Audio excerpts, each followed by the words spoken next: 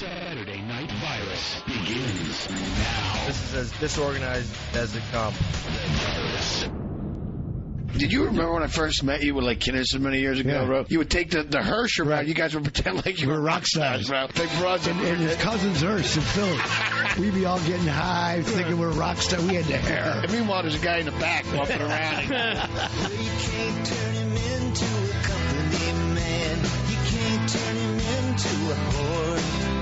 And the boys upstairs just don't understand anymore. Anytime a chubby broad gets made fun of, Tommy rises. Well, the top brass don't like him talking so much, and he won't play what they say to play. I do, and you love to watch me rise. What don't wanna change? What don't need to change? My daughter Diane, she's a redhead. And there goes the last DJ. She's a funny mom. She kills me. Who plays what he wants to play. She's referring to herself as the poker savior. He wants to say, hey, hey, hey. When you're in a jam, There goes your freedom of joy. Did the dog bite you? There goes the last human boy. Yeah, he did, and I punched your ass up in the face. And threw it out the window. There goes the last DJ. come to my show every morning right here. We're up on top and don't have no fear. I'll bring my smack and I'll bring my smooth. Come on down and make some smee with your snoo. And there goes the last DJ. Rochester. Yeah, boss. Who plays what he wants to play. Look at you two doing much. You see that? Says what he wants to say. Hey, hey. That ain't money. That's a piece. That's Jack Bennett from Classic TV. Yeah, Freedom of choice. There goes the last human voice. That's Rochester. Yeah, boss. What do you want, boss? There goes the last DJ. Go get my shirt. Yeah, boss, you got it. It's coming up, That's man. what they did. Get my shirt. That's what. Jack Betty never looked at him and go get my Yes, shirt. he did. Rochester. Yeah, boss. Flag the tape. Oh, we just go. Yeah. There's It's you, no baby. way- We didn't have a radio-free Wease. Good afternoon, kids. Even though it's the Saturday evening, this is Brother Wease. It's Radio Free Wease.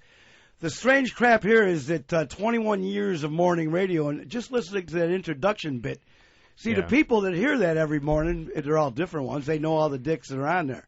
That's why the dude going, Rochester, is an old fancy film reviewer that's been reviewing films for Gannett News Service for 30 years. So it sounds funny, but to, the rest of the people that might hear it on the virus, sounds like a bunch of assholes. But anyways, it's Radio Free Wease. That's the name of my program somewhere else. I'm a good friend of Opes. Here I am in New York City, up in Opie's crib, with my compatriots, Sally Carpenter from Jacksonville, FLA, honey. Word up. Word up, she says. She's our young person that's hip. I'm the old motherfucker. Tommy Muley from Jupiter, Florida. That's right. Hired him off the road, a comedian 13 years ago. As far as I'm concerned, one of the funniest cats killed. Well, I don't want to get into all that shit. This is a very, very funny cat. And my producer, Bill Moran, from Poughkeepsie, New York. Poughkeepsie, New York. And we came into New York City to sit up in Ope's joint and do this thing on the virus. The phone number, if you want to tell us how much we suck, bring it in, is 866-WOW-1-WOW or 866-969. 866-969-1969, a phenomenal year. 866-969-1969. Now, we flew to beautiful JetBlue into New York City on Friday. And just to tell you, Mo, how everything went. I got a little tease. Mo Was got he told his teased. ass? No. I teased Mo with this, which may be better than the actual story, but I teased him by saying, within 5 minutes of landing in New York City, Wease managed to get someone arrested. Yeah. For real. Yeah. Yes. Oh, yeah. What happened? Yes. Cuffed. Well, first of all, it was colder than 62 motherfuckers. I was freezing my ass. My ears were burning. They were so goddamn cold.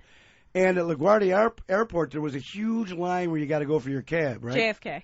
That would be JFK. Right. That's where we were. That's how long the line was. The line was we were in Kennedy, but we had to wait for a cab. We walked all the way to LaGuardia. That's what I'm saying. So we're standing in line, us three and Doreen, my wife, freezing my nuts off. Wind howling. And I'm grumpy and motherfucker. And Not you. Oh, yeah. Oh. It's a new move for Travel Wease. day? So I see a couple limos. And I know the limos will give you a shot. Yeah. So I send Doreen over to the brother in the limo, Arabian, Middle Eastern dude. No, you went over. I went over to the brother in the limo. I was going to say. I forgot. I went over to the brother. You. That's right. I went over to the brother in the limo to do some research on the cost, being I knew I was the motherfucker that had to pay for it. Right.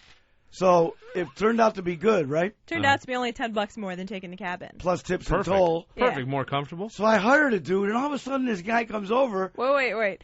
He hires the dude and calls us all over. Tommy, we leave the Sally, line. Doreen, come on over. The dude's starting to put my stuff in the bag. I am getting in the car. I feel the warmth of the car. I am in there. And I look out the rearview mirror, and I hear Doreen. I hear Wease yell, Sally, don't get in the car.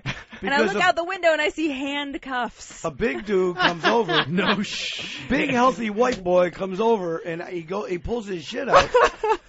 Big healthy white man comes over, pulls his shit out, and I go, "What I do?" He goes, "Don't worry, not you." Handcuffs this poor Middle Eastern dude. Keep saying to the dude, you know what you did? You know what you just did? And then bust the dude behind him, too. So I'm going, ain't Pulling this the a same bitch? move. I said, ain't this a bitch? Dude's trying to make a living Christmas time. All it comes down to is the laws is they're not allowed to hawk people for rides. They're only allowed to give people rides that called ahead. They're not allowed to... So they didn't hawk. I went to them. What if Osama got in that limo? Now, they pull up with the fancy black Suburban. I thought Bush was getting out. That was another cop. Everybody in plain clothes.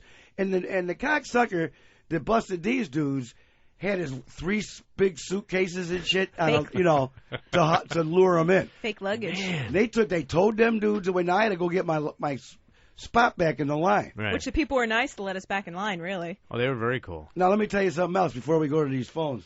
So we get a cab, right? Because we didn't tell you any of this shit. We got Tommy's cab driver. Oh, Tommy's yeah. cab. Oh, yeah. Mine. Brother weighed about 354. Had a little bit of a smell. The brother weighed about 350 or 4. Wait, here's my favorite part. Get to the part, bro. You ready?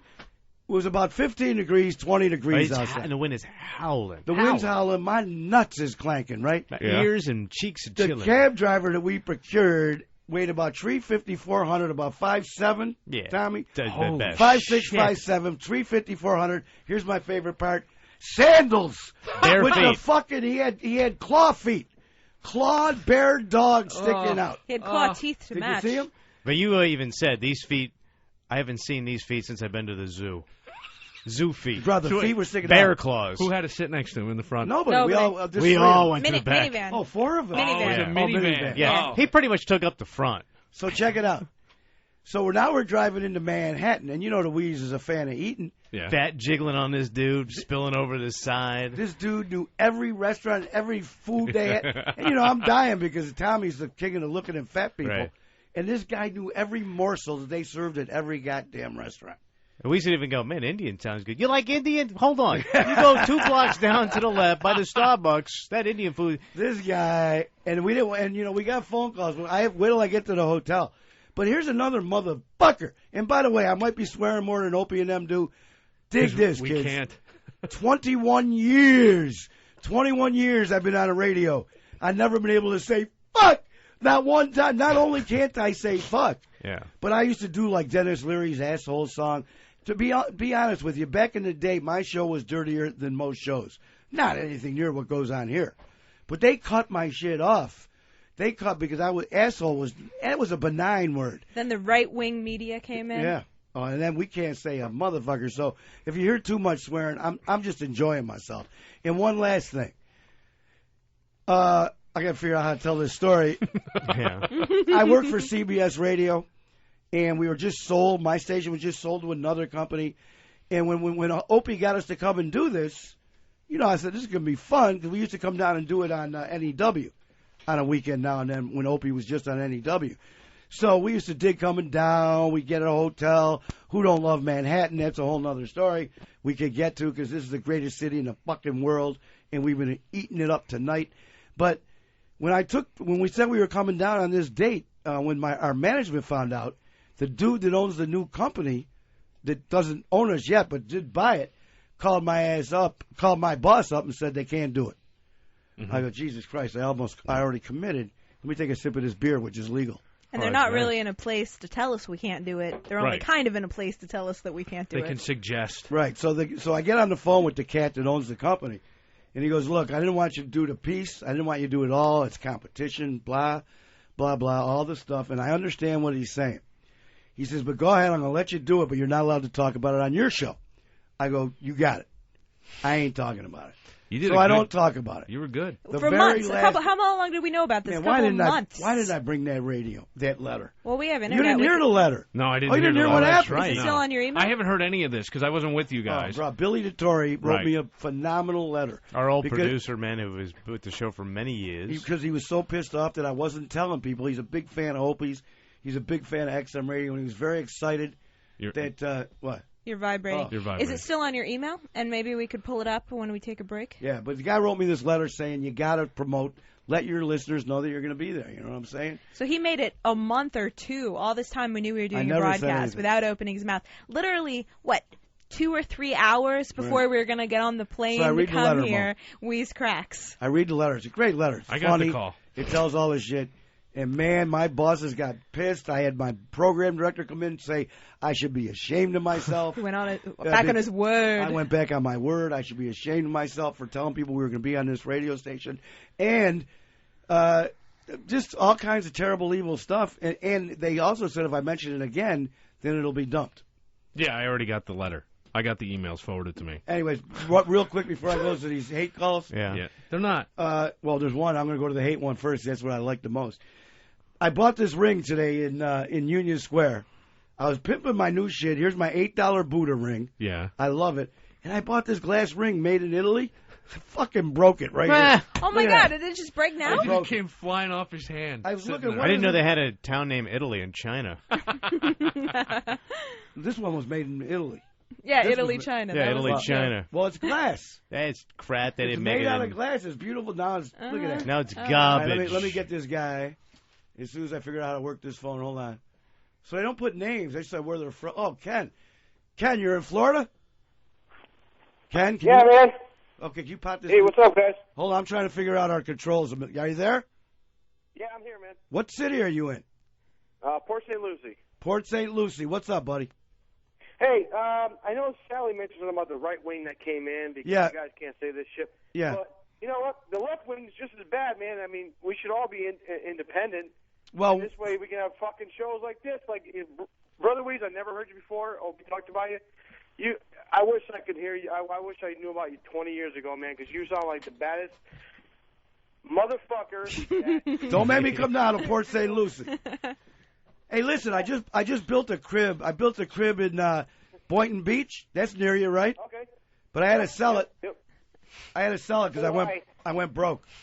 Yeah, there's something to know about Wease. Wease is the only guy I know that managed to lose money in Florida real estate. I did it. First go around. Geez. They just had a boom, man. What the hell happened? I came down and crashed it by building something. It's all over. He jinxed it for the whole state.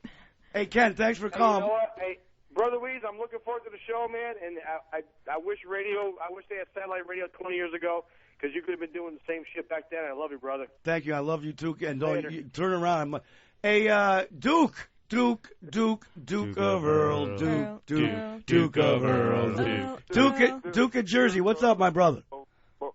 Welcome to the airways. Thank you.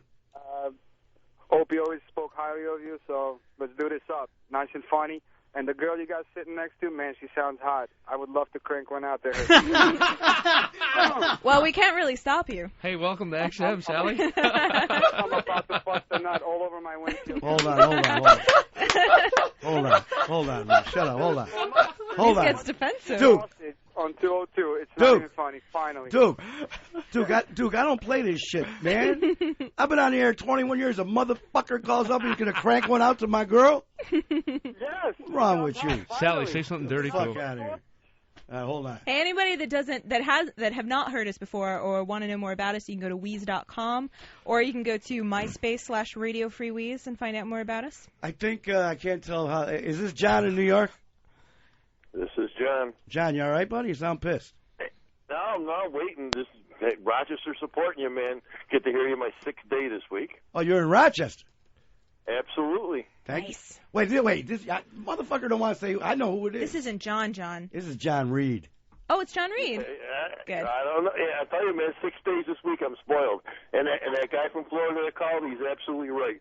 If the whole country can hear you, we've had it made for 21 years. John, I love you, brother, and I'll be in to get my computer fixed. Just be quiet. That's Don't worry about that. But you guys are the best, and you got to feel like the handcuffs are off, man. Well, for 3 hours, a motherfucker. And I know it sounds stupid, but at 21 years, I can't even say asshole. I know. Well, I'm going to call to support you, man. Have a great show. I know you will. Thank you. Kyle in Arizona. Hey, Doreen, let me call my wife. Hey, the fucking Brother Wease, hold on a second. My phone's going nuts, and I can't do it on the radio. Kyle, what's going on?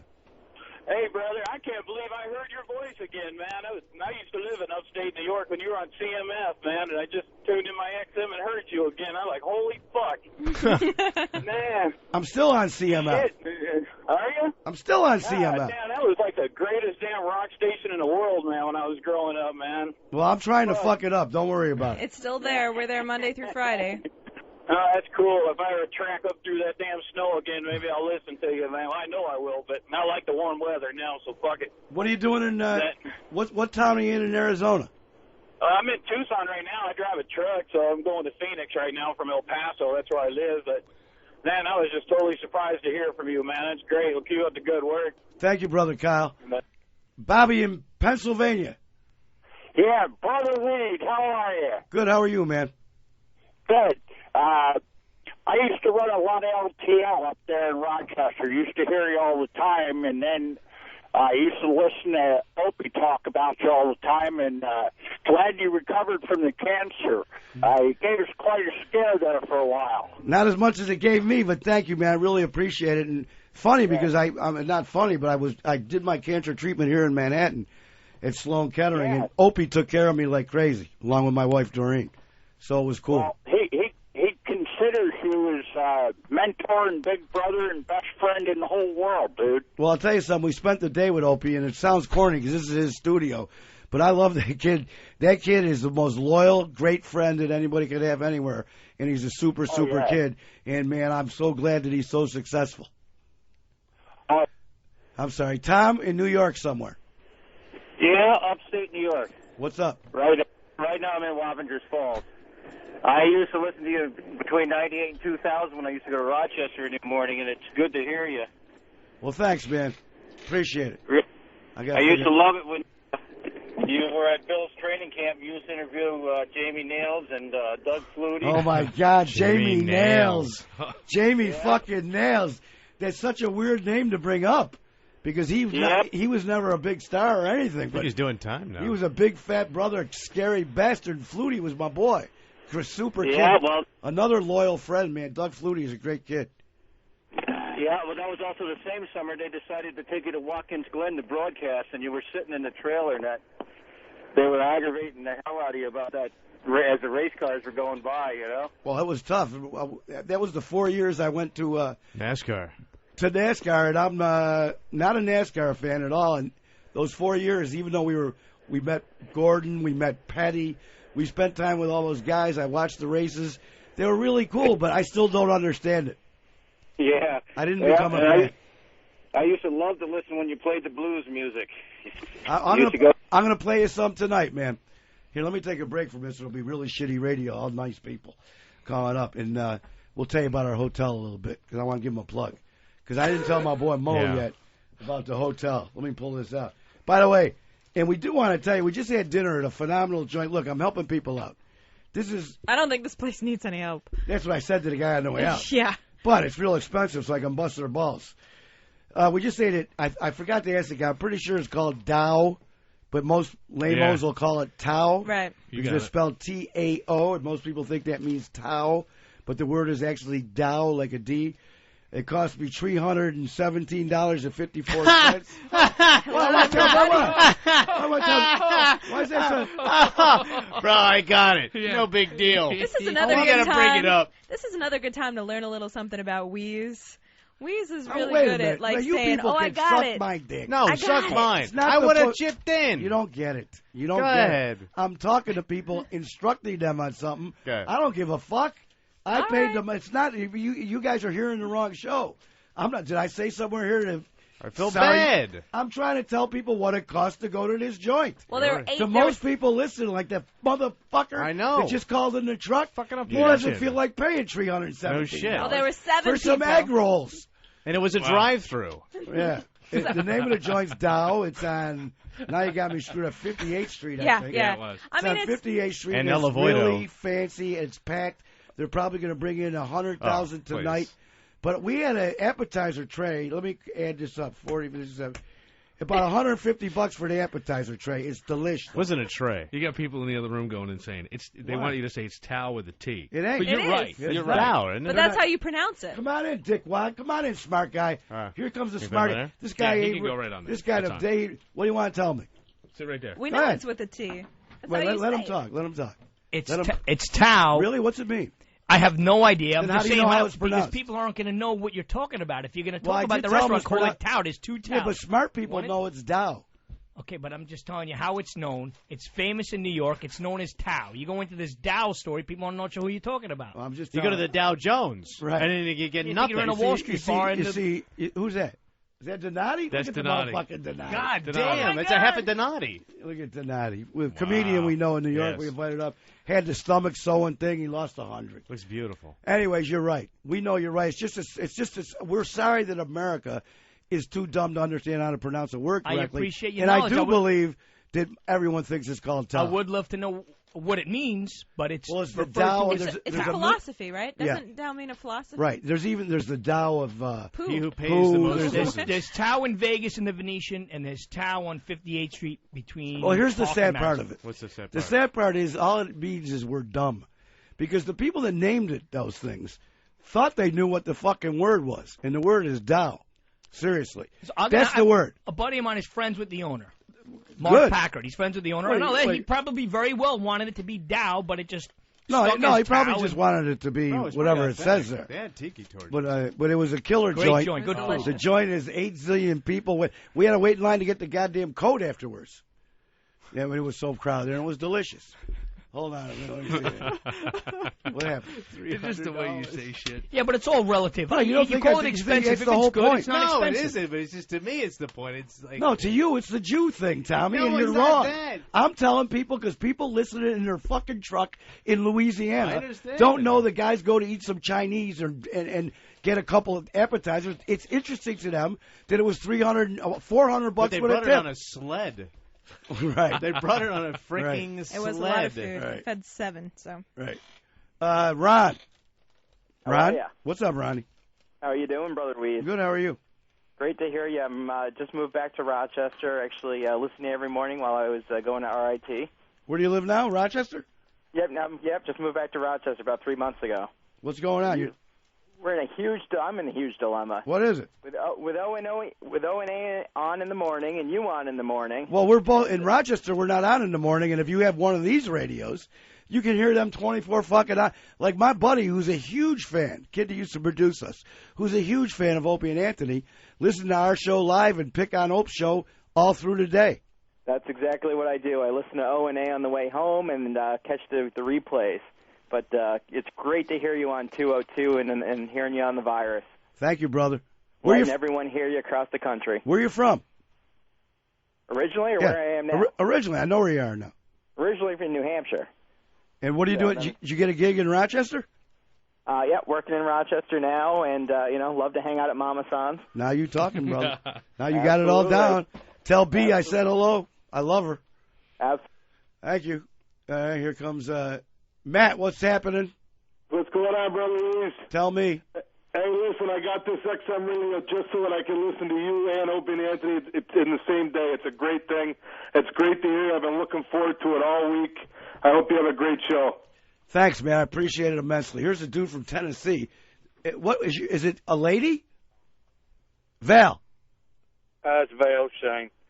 I heard you one time going up north or whatever, and the time that I heard you, I was hooked. I loved the program. But the thing that I heard was you talking to your baby son, and him telling you not to quit radiation therapy or whatever. Oh, God, you caught a funny day, man.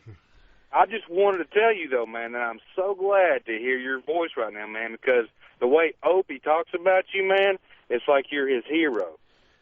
And, you know, man, I'm just saying, man, I go through a lot of stuff, too. I'm just glad to hear your voice is still in the air, dude. Man, I love a dude with a southern goddamn drawl from Tennessee digging the Damn show. right, baby. Man, I love you, brother. Thanks a million. Yeah, buddy. Thank you. All right, there's it. What's that? They got commercials in this thing? Is. That's what they By the do. way, that's I meant to tell you that we have a couple theme songs. This is a friend of ours, Warren Haynes. A lot of people listening know the guy. A whole bunch of people don't. Warren's the guitar player for the Allman Brothers, and of course has his own phenomenal band called Government Mule. Just played in Rochester actually last week at this time. And this is a phenomenal tune for those of you who don't know it that Warren wrote. Did the Allman Brothers too also, called Soul Shine. Phenomenal shit from Warren Haynes. This means we got to take a break at home. We'll take a short break. Take a short break. We'll be back. The number is 866-969-1969. 866-969-1969. 866-WOW1WOW. It's the virus. Thanks, you cocksuckers. We'll be right back.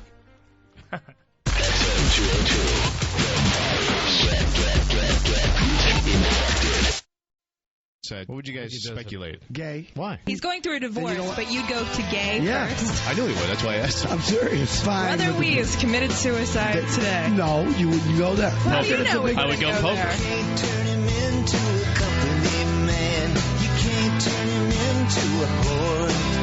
And the boys upstairs just don't understand anymore. You call everybody honey. You thought the general was handsome. The top brass don't like him talking so much, and he won't play what they say. Any guy that's not That guy fat, was handsome. Don't want to change what don't need to change. Well, if you're not fat, dress well, and you have decent teeth, There goes the last DJ. you're handsome. Who plays what he wants to play. I'm sitting here. I see a handsome guy. Says what he wants to say. Hey, hey, hey. well, if hot guy walks in, I understand that your mind would go there. There goes your freedom of choice.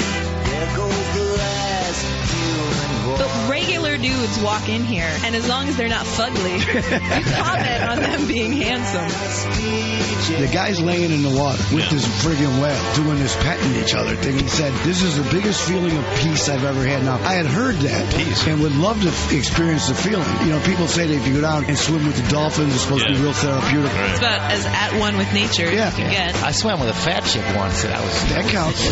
really That counts. emotional. I was very, very Goes the last DJ. Heard I had a nice set last night. Plays what he wants to play. After Mario's? And says what he wants to say. Hey, hey, hey. I had Jack and Ginger, which Tommy will tell you ain't good for There you. goes your freedom of choice. There goes the last human voice. Friggin' cannolis and chocolate cake and that mousse. There goes the last DJ. I had a few throw-up purpose. I had to man it up. Did you make out with her after that? I was at the other end of business at the time. Oh, wait. So breath doesn't really matter when you're down there, you know what I'm saying? I'm telling you. You come there, that would have been, bro, I'm telling you, it was so close in my life. Radio Free Wease in New York City, kids. Up here in Opie's crib. Opie, my idol, let us borrow his joint up here at the Virus. Numbers 866-969-1969. I'm here with my partners, Tommy Muley and Sally Carpenter out of Florida.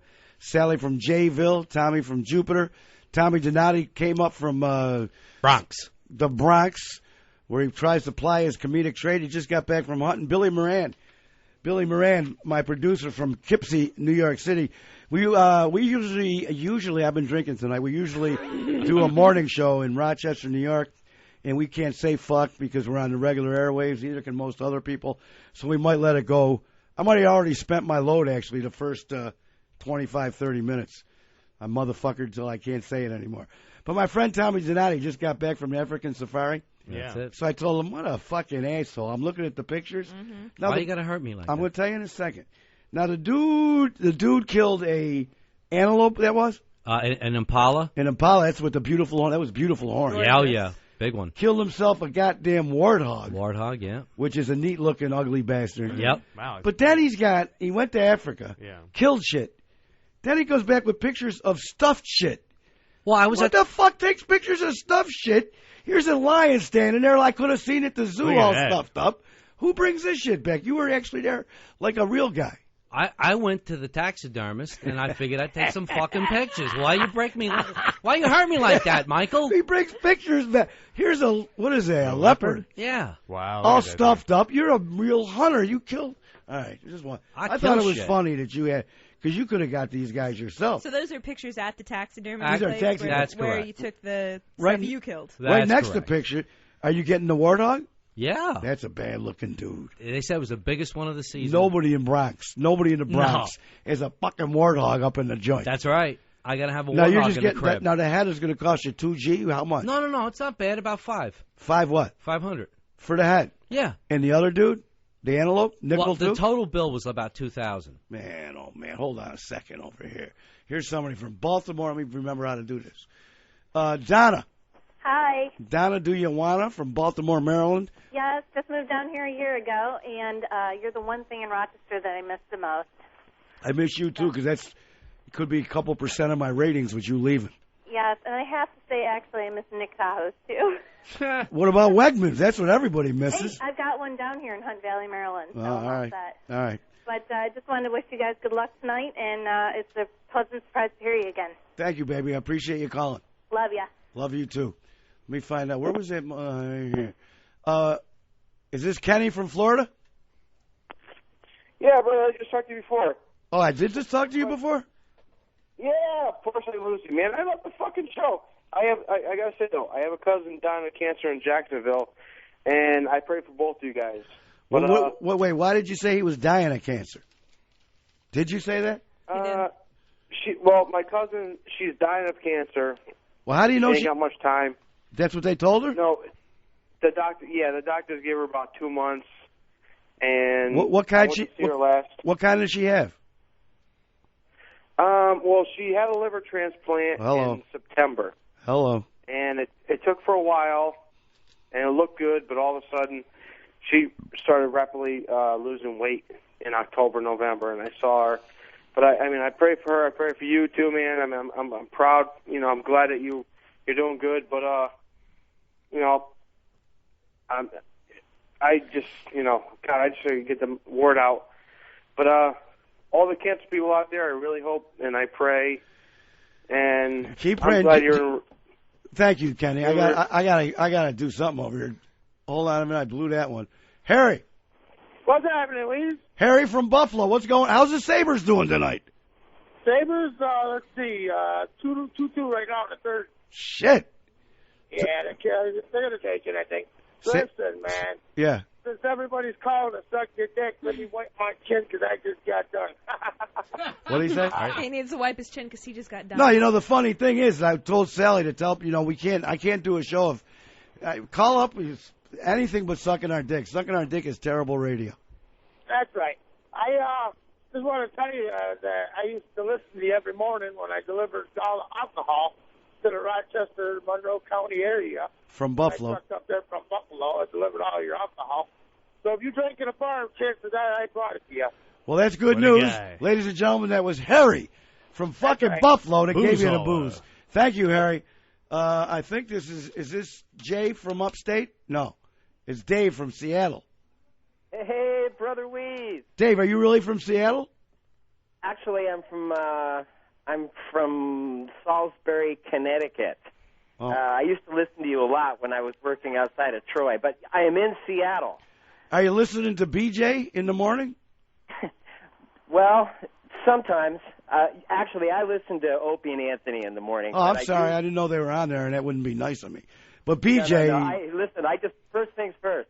I want to welcome you to XM Thank on you. the other side of the planet radio. And here's my question for you, Brother Wease. sure. Are you there? You had Opie and BJ Shea working for you. They were both interns for you, right? No. Opie was. BJ was on the air with me. I brought him in. I hired him from Boston. Okay, right on. All right. Did you have any idea how successful both of those guys would eventually become? Well, I didn't have any idea. I was hoping for Opie. BJ, I don't see any more successful than anybody else I know. Well, he does pretty good out here, though. He really does. He's got a little bit of that Tom Likas. A little bit. A little bit. Let me ask you, let me ask you one more question. Wait, before you ask, I got to make sure in case anybody sees BJ. BJ's my boy. We have beefs, but we're very tight. And we went to morning show boot camp together and had a big fight this past August, was it, Mo? Yeah, you had a great fight. But he's still my boy. So I don't want to dump. That would be, if he ever did that to me, I'd be a friggin' blow up. So BJ's my man, and even though he's on opposite Opie in Seattle, I hope Beach does great. What else were you going to say? Okay, well, this is what I was going to ask you. You've watched or you've seen Opie and Anthony's career. I love the show that they put on. I mean, nobody does a show quite like theirs. Well, you're talking about Opie. You talking about both of them or Opie and Anthony? I'm talking about Opie and Anthony. Uh-huh. And one of the things that a lot of people get really excited about is when they get furious with another station that's either ripped them off or has gotten sideways with them. And I'm just curious. I would like to hear maybe some of your stories tonight, just if you got time. Well, you know, the only shit. Have you had any really, really good battles with somebody? Because you're on XM. I mean, if you've got a chance to pound somebody in the ground tonight, Brother Wease, this is the night to do it. Well, I know that, I really dig your call, but the only person I want to fucking murder, Opie and Anth took care of it because it was Howard, because I had a personal thing with Howard before they did, and I think they've explained it all. I mean, in a nutshell, anyone listening that's a fan of Howard Stern, I mean, Howard is talented. We're not taking any shit away from him. It's funny, in this studio that we're in right now, there's a picture of Opie and Anthony in their studio, and right next to him, a picture of Steve Dahl, who's in Chicago. It's and there's a big poster in here, 105.9 WCKG, Free FM in Chicago. Steve Dahl is the motherfucker that invented this shit that Howard pretends he invented. And besides that, the other thing is, and here's a story that you haven't heard on this. When Howard's old bit used to be, whenever he came to a city, he had a little press conference, and then he used to do this piece of shit thing where he said when he becomes number one, he's going to have a funeral for the other guy that was the top guy in town.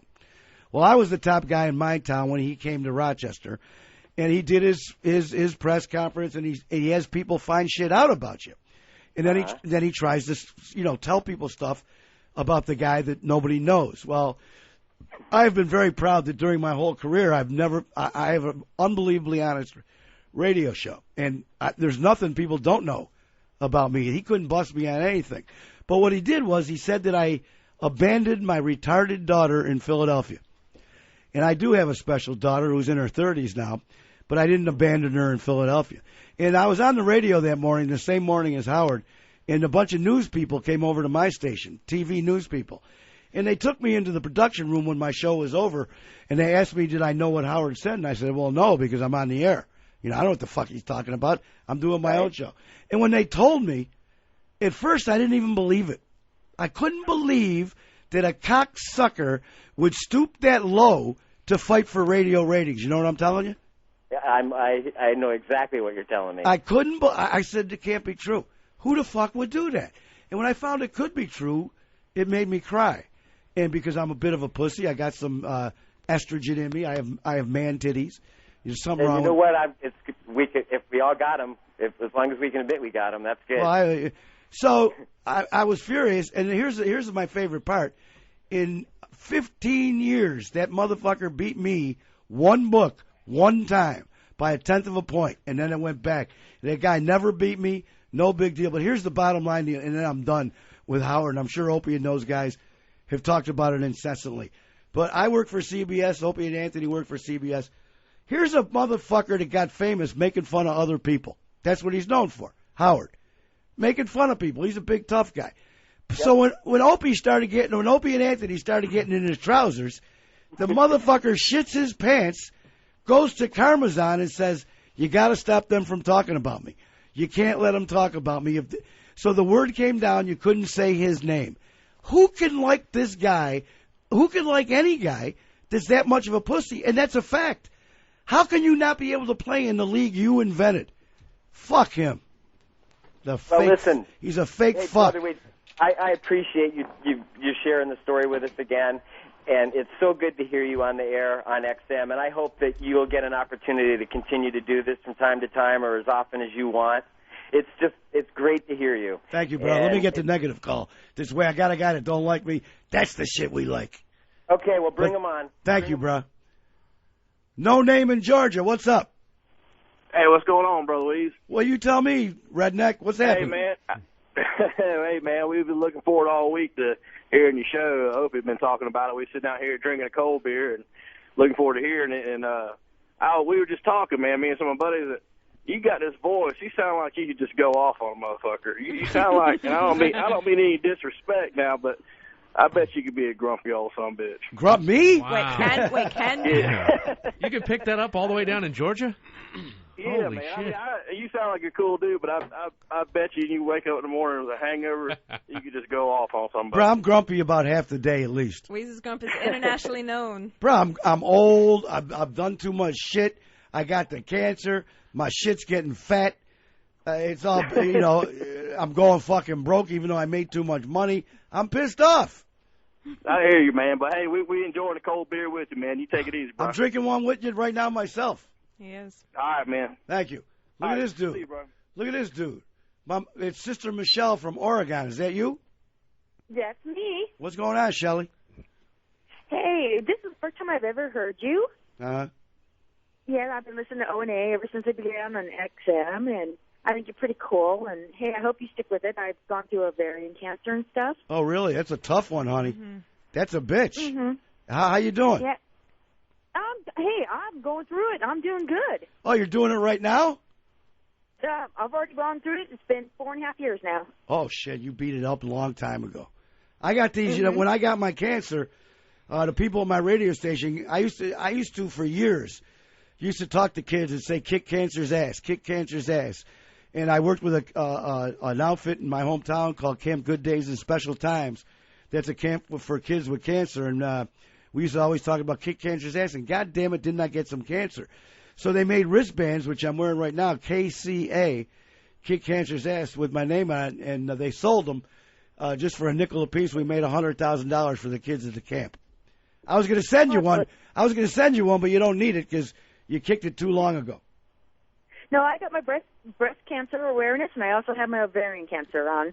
And what I wanted to say, I hate to be rude, but the woman on the other line, it sounds like you have a hole there. What'd she say? Oh, am I a hole? That's the Opie and Anthony. Oh, so we don't know. We don't know the secret terms because we're on. What's that mean? Now I know they sometimes call women holes, but is it only certain kinds of women, or is it all women? Pretty much. I've been listening to the show ever since I started on XM, and I bought it. It's been all women, but I'm sorry, I don't mean to offend you in any way. Well, listen, honey, as a woman, if they call all women holes, why the fuck would you call her a hole? Right. Hey, I try to get in there and get the sexy state of the USA of Oregon, but they wouldn't let me on. The sexiest what of Oregon? You cut out a little. Oh, sexy state, having sex with your man and letting you listen. It's a contest they did about 2 years ago. Opie did. Oh. Yeah, yep. And as sexy as what, Mo? You know what it is? Well, it's a couple that fucks on the air, and you have to have the best sex for the whatever best noise, state. the best sound of fucking right. Nice. for the state. And you didn't win, honey? The copulating blues. I didn't get through. Oh. I did not get through. All right, well, you got the best pussy tonight. Don't worry about it. Thank you. Well, I always wanted to tell her about that. I always wanted to tell her, calls you a hole. This Opie show is strong. I guess so. Fucking broad calls up, calls you a hole. She wasn't even sure what she meant. No disrespect. I don't even know what I mean. See, I don't think the fuck. Sally doesn't even really qualify from what how they define it because it's No, usually trying to keep people. Hey guys, you've gone too far. Sally doesn't really do that. I thought that it was just because they don't have a chick on the show like a lot of people do. Right. And they putting themselves in that special place. And that is true. I like a woman on my program, especially a smart, hippie, brainy broad like my girl Sally. Thank you. As a matter of fact, Sally brought in some music for me. I did. Yeah. And I've never heard this before. And on my program in Rochester, I just don't want to turn this into exactly what you're used to. I love music. I have a music show on Saturdays where I play shit that's not on commercial radio for a couple hours. And matter of fact, I got a 24-hour channel in Rochester, HD, of just the kind of music I like, which once again isn't the music that you hear on commercial radio. And Sally discovered some while she was here in New York. Mo and Tommy haven't heard this yet. Hit this one time. You want to hear it before you hear about him? Yeah, let's hear it. Yeah. All right, here you go. Check this out, a little bit of it.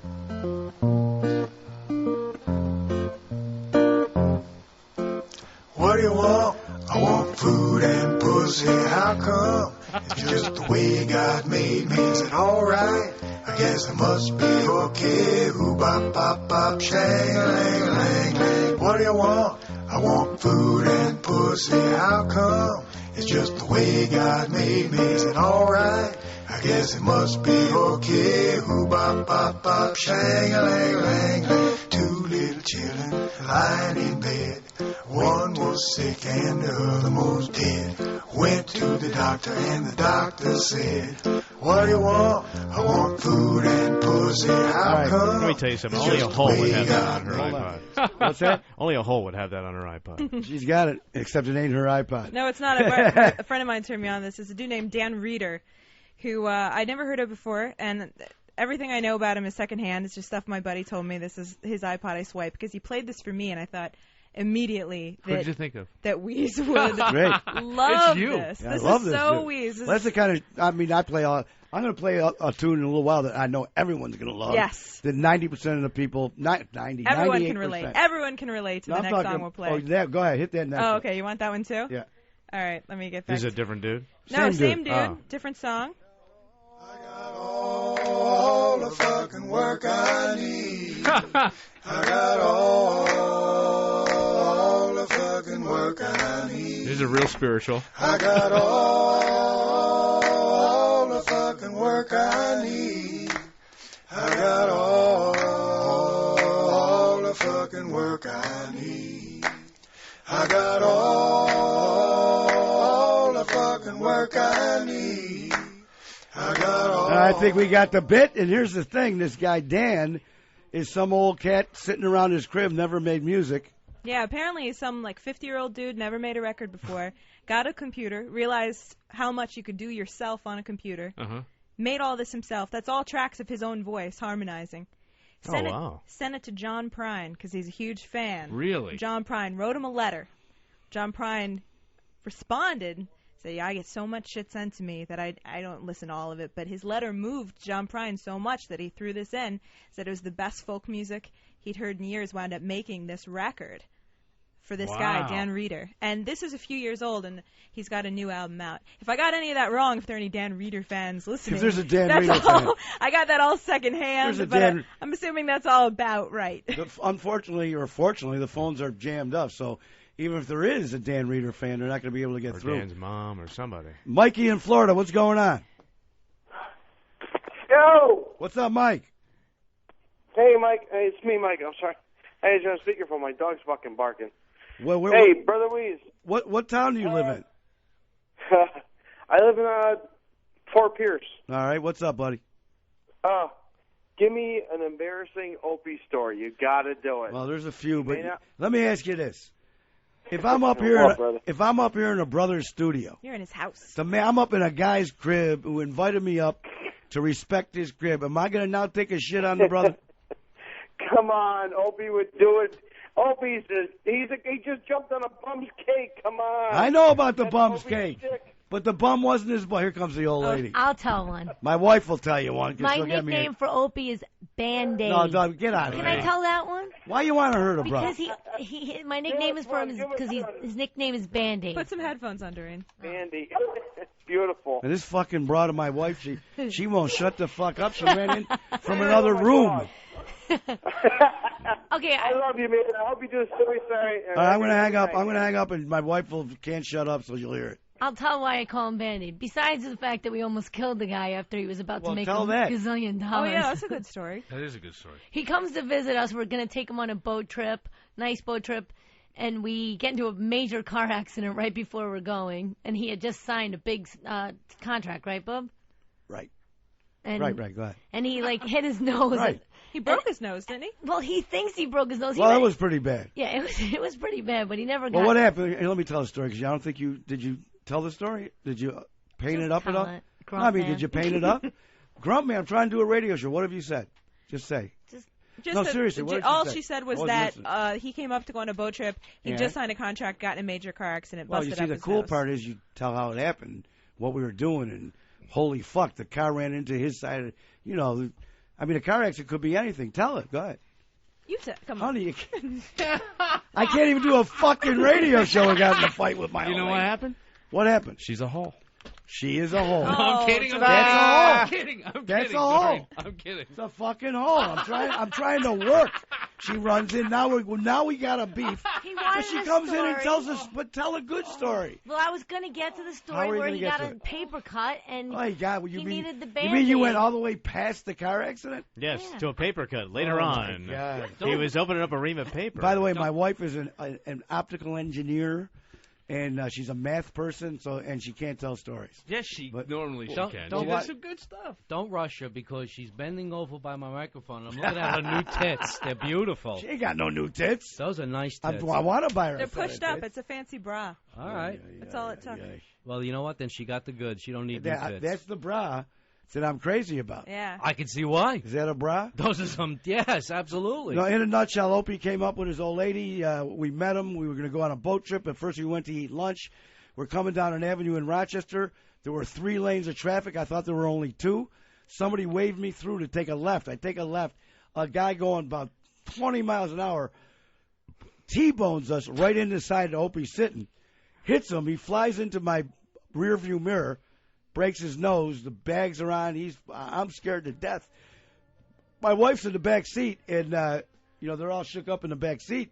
But I'm shitting my pants because Opie just signed their big contract. Man. Like a day before that, I go, I killed this. How about a T-bone for lunch, Opie? What's your big contract? The post headline be after that. Right, I killed this fucking kid in half an hour. Mentor The knocks guy- off. But I guess Doreen, he got a paper cut. That's why Doreen calls him Band-Aid, because he got a paper cut at another point.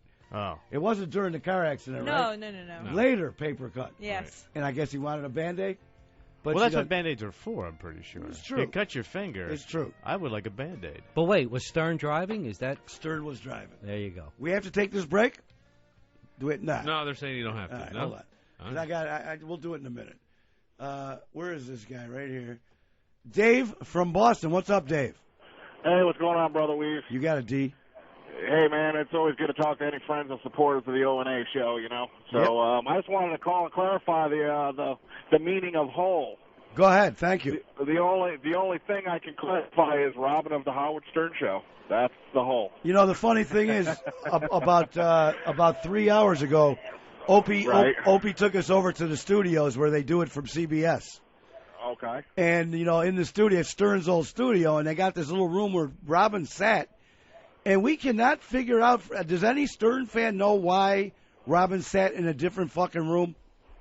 I have no idea. I always wondered that myself. I mean, I tried watching this, listening to shows, watching those movies. I could never really get into it. And I figured it was, like behind-the-scenes shit, like what you were talking about earlier. So I just never really got into it, I'm just wondering why that broad sat in her own room. Well, I would like to think I then. don't have any idea. Well, maybe that's why she was the whole. I'd like That's to why think she'd then be that- a. Quarantine. Well, she is a hole. I mean, so many morning shows have the token news chick, and we do not do the news. I do not do the news. That is not my role. That is not my job. All right, here's FedEx Joan. What's going on, honey? Hey, Wease, you sound great, but what are you going to fucking do when you come back to fucking Rochester? Joan fucking just wanted- broadcast on fucking Monday, you motherfucker. That's cute. That is cute. We're fucked. It's cute that Joan, a regular caller, gets to fuck too. Well, I guess I feel so good. Well, it's fun, but we got a guy with a dump button, so sometimes I throw out a fuck just to scare people, and then he dumps it. How come you got a delay here? They have delay here. They have delay right here. I've got a button right in front of me in case someone says something about somebody. Okay. See what I'm saying? And it could be a lawsuit. Could be a Mickey, lawsuit. We love you. All right, We honey. love you here. We're lucky to live here. Thank you, honey. Is this guy? Scotty. It's Scotty? Wease. What's up, Where's Scotty? Tommy? Where the fuck is Tommy? Right here. Tommy? Yeah. Tommy? Say something. Where What do you the want? fuck are you? I'm fucking right here. Well, you're not fucking saying anything. Well, I think I'm saying something right now. Get your fucking balls up, brother. He's kind. I mean, it's tough to interrupt, but I'll try and But figure thanks out. for the help. Thanks for the coaching. It There's says- some great radio coaching there, douchebag. That could be it, Tommy. You could get him that way. We love you here. We love Tommy. We love everything, but All right. Jay, Yo, what do you know? not too much. I've been on fucking hold for like 45 fucking minutes. I just wanted to say hi and thank you very much for creating such a radio genius. Although he does have an anger management problem. What's up with that?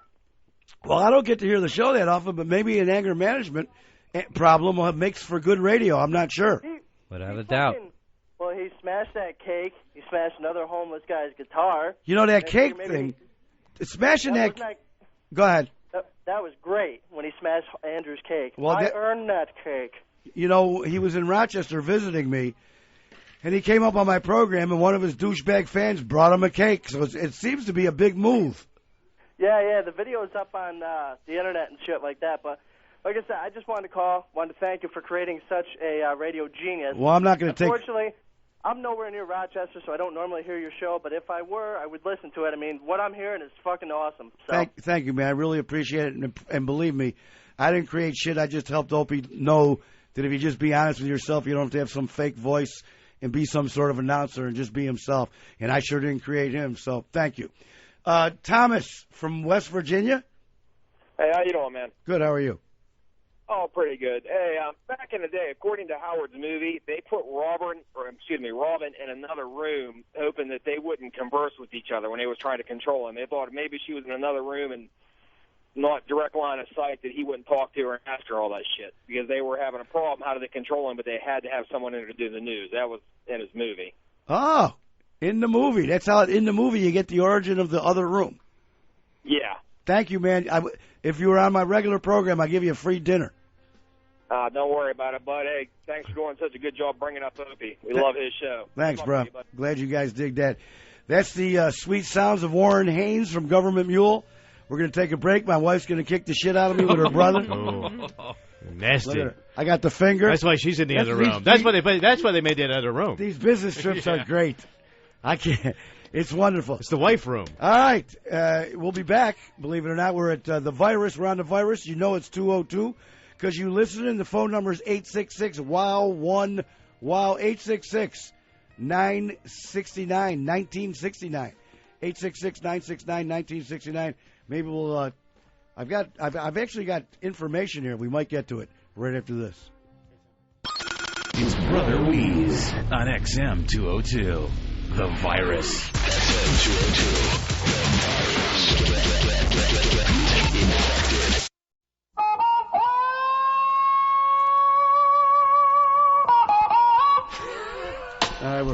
My bad. A little fucked up here. My bad. Little 50 on one time. Hang on, I gotta get. Oh, it's music. That's what alcohol and being in a different finally studio got a guy. We got a guy we're waiting for on the phone anyway. You know what? Fuck the music.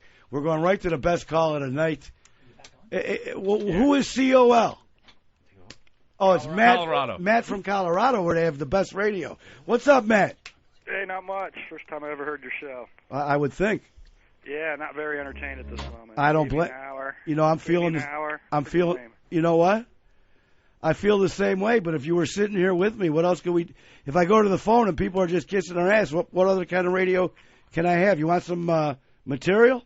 Yeah, let's hear some topical conversation. All right, you know what? On the news, hear your feedback on the news or Matt, something interesting besides these callers. Matt, you are 1,000,000% correct. Hey, thank you. And would you do me a favor, seriously? What's that? Do you have a half an hour? Yes, sir. I'm going to do this half hour for you. Will you call me back? Sure. I promise me? I promise. All right, here I go. We're going to do material. I ain't answering no more of these fucking calls, and they're all there. Here is this. I got a million things here. One of them's about trans fats, and we'll go to that in a little while. Matter of fact, Tommy Donati's matter of fact, I'm going to do the trans fats right now. Talk to me. Because Tommy Donati is the kind of conservative fucking asshole, and I know a lot of you people listening probably. Why you break my balls? What happened? I'm not. Hold on, we got a problem. What? Speak to me, because Line 10 is Slayton. Okay. You wanted to grab that call. All right, let me get Slayton. All right. I'm gonna, excuse me. Line 10, there it is. Slayton. Bobby. Yeah. What the fuck? Get your kids off the phone. What do you got, a secretary or something?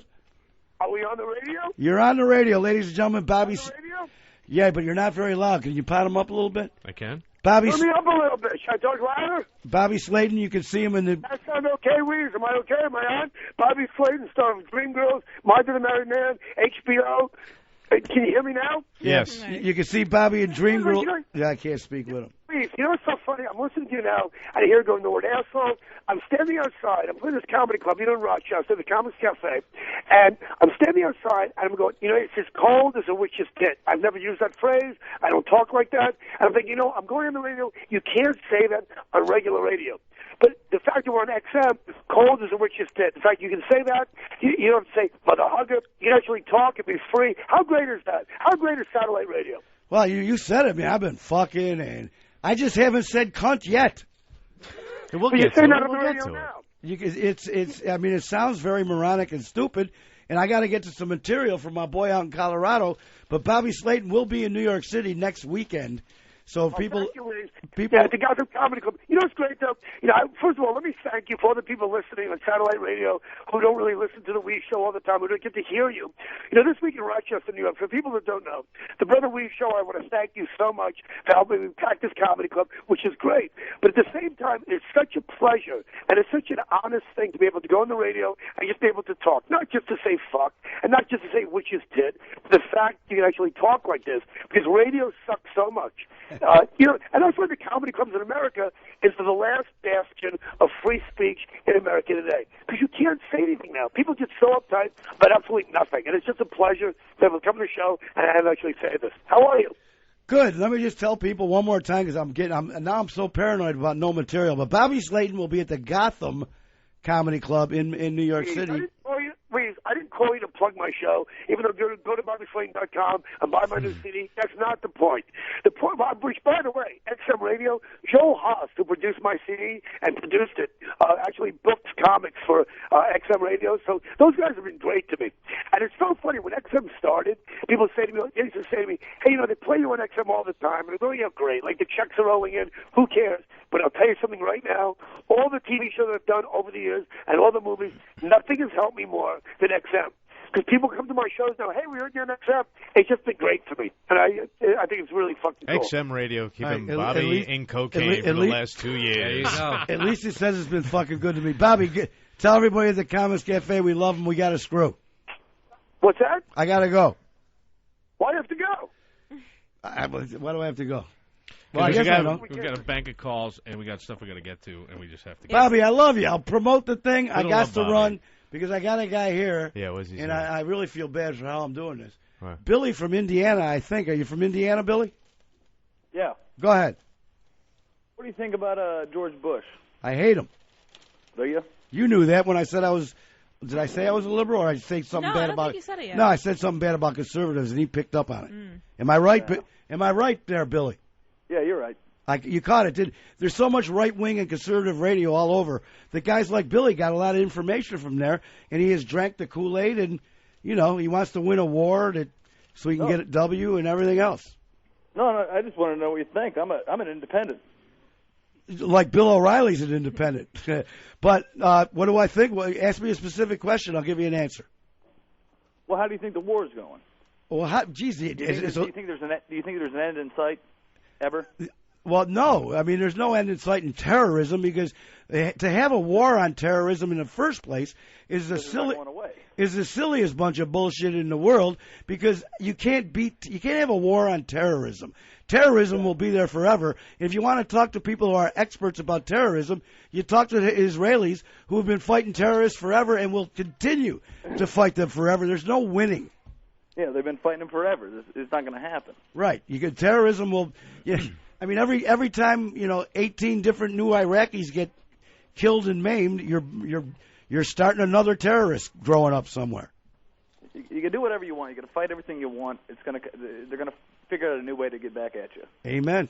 You have to, as the Baker Commission has mentioned, somewhere diplomacy is going to have to pop up. Conservatives, hard chicken hawks, people that want to see people fight to the end, that are sitting here comfortable in the States, they want the big W, and they don't want to see any of what they call appeasement, which is talking. But the whole world's going to blow up if they don't do some diplomacy, because dropping bombs and killing is just going to end up blowing the joint up.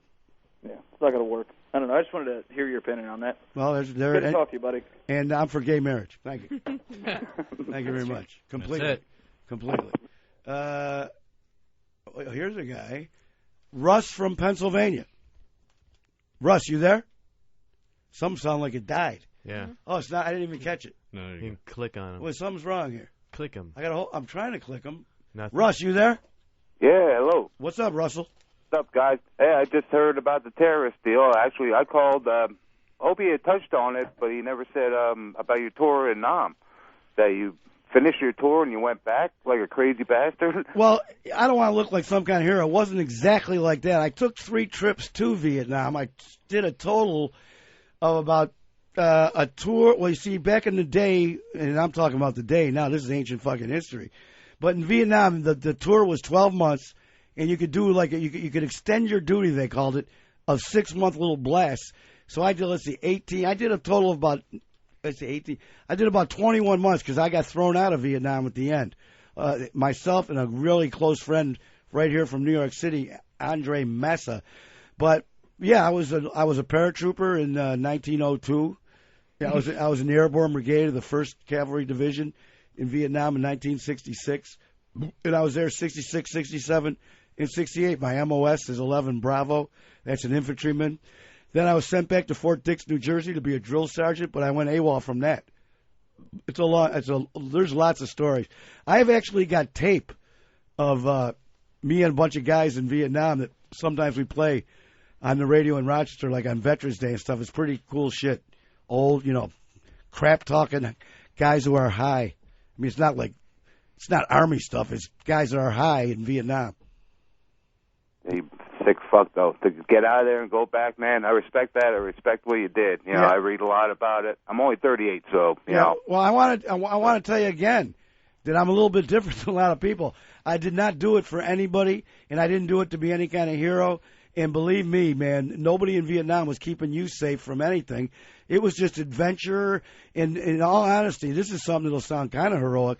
I wanted to go back to Vietnam because I thought that if I went back, because I knew the game at that point, I could save one guy from not going to Vietnam because there was a certain number of people I figured. And if I went back and me and Andre went back, we could save 2 other dudes from going.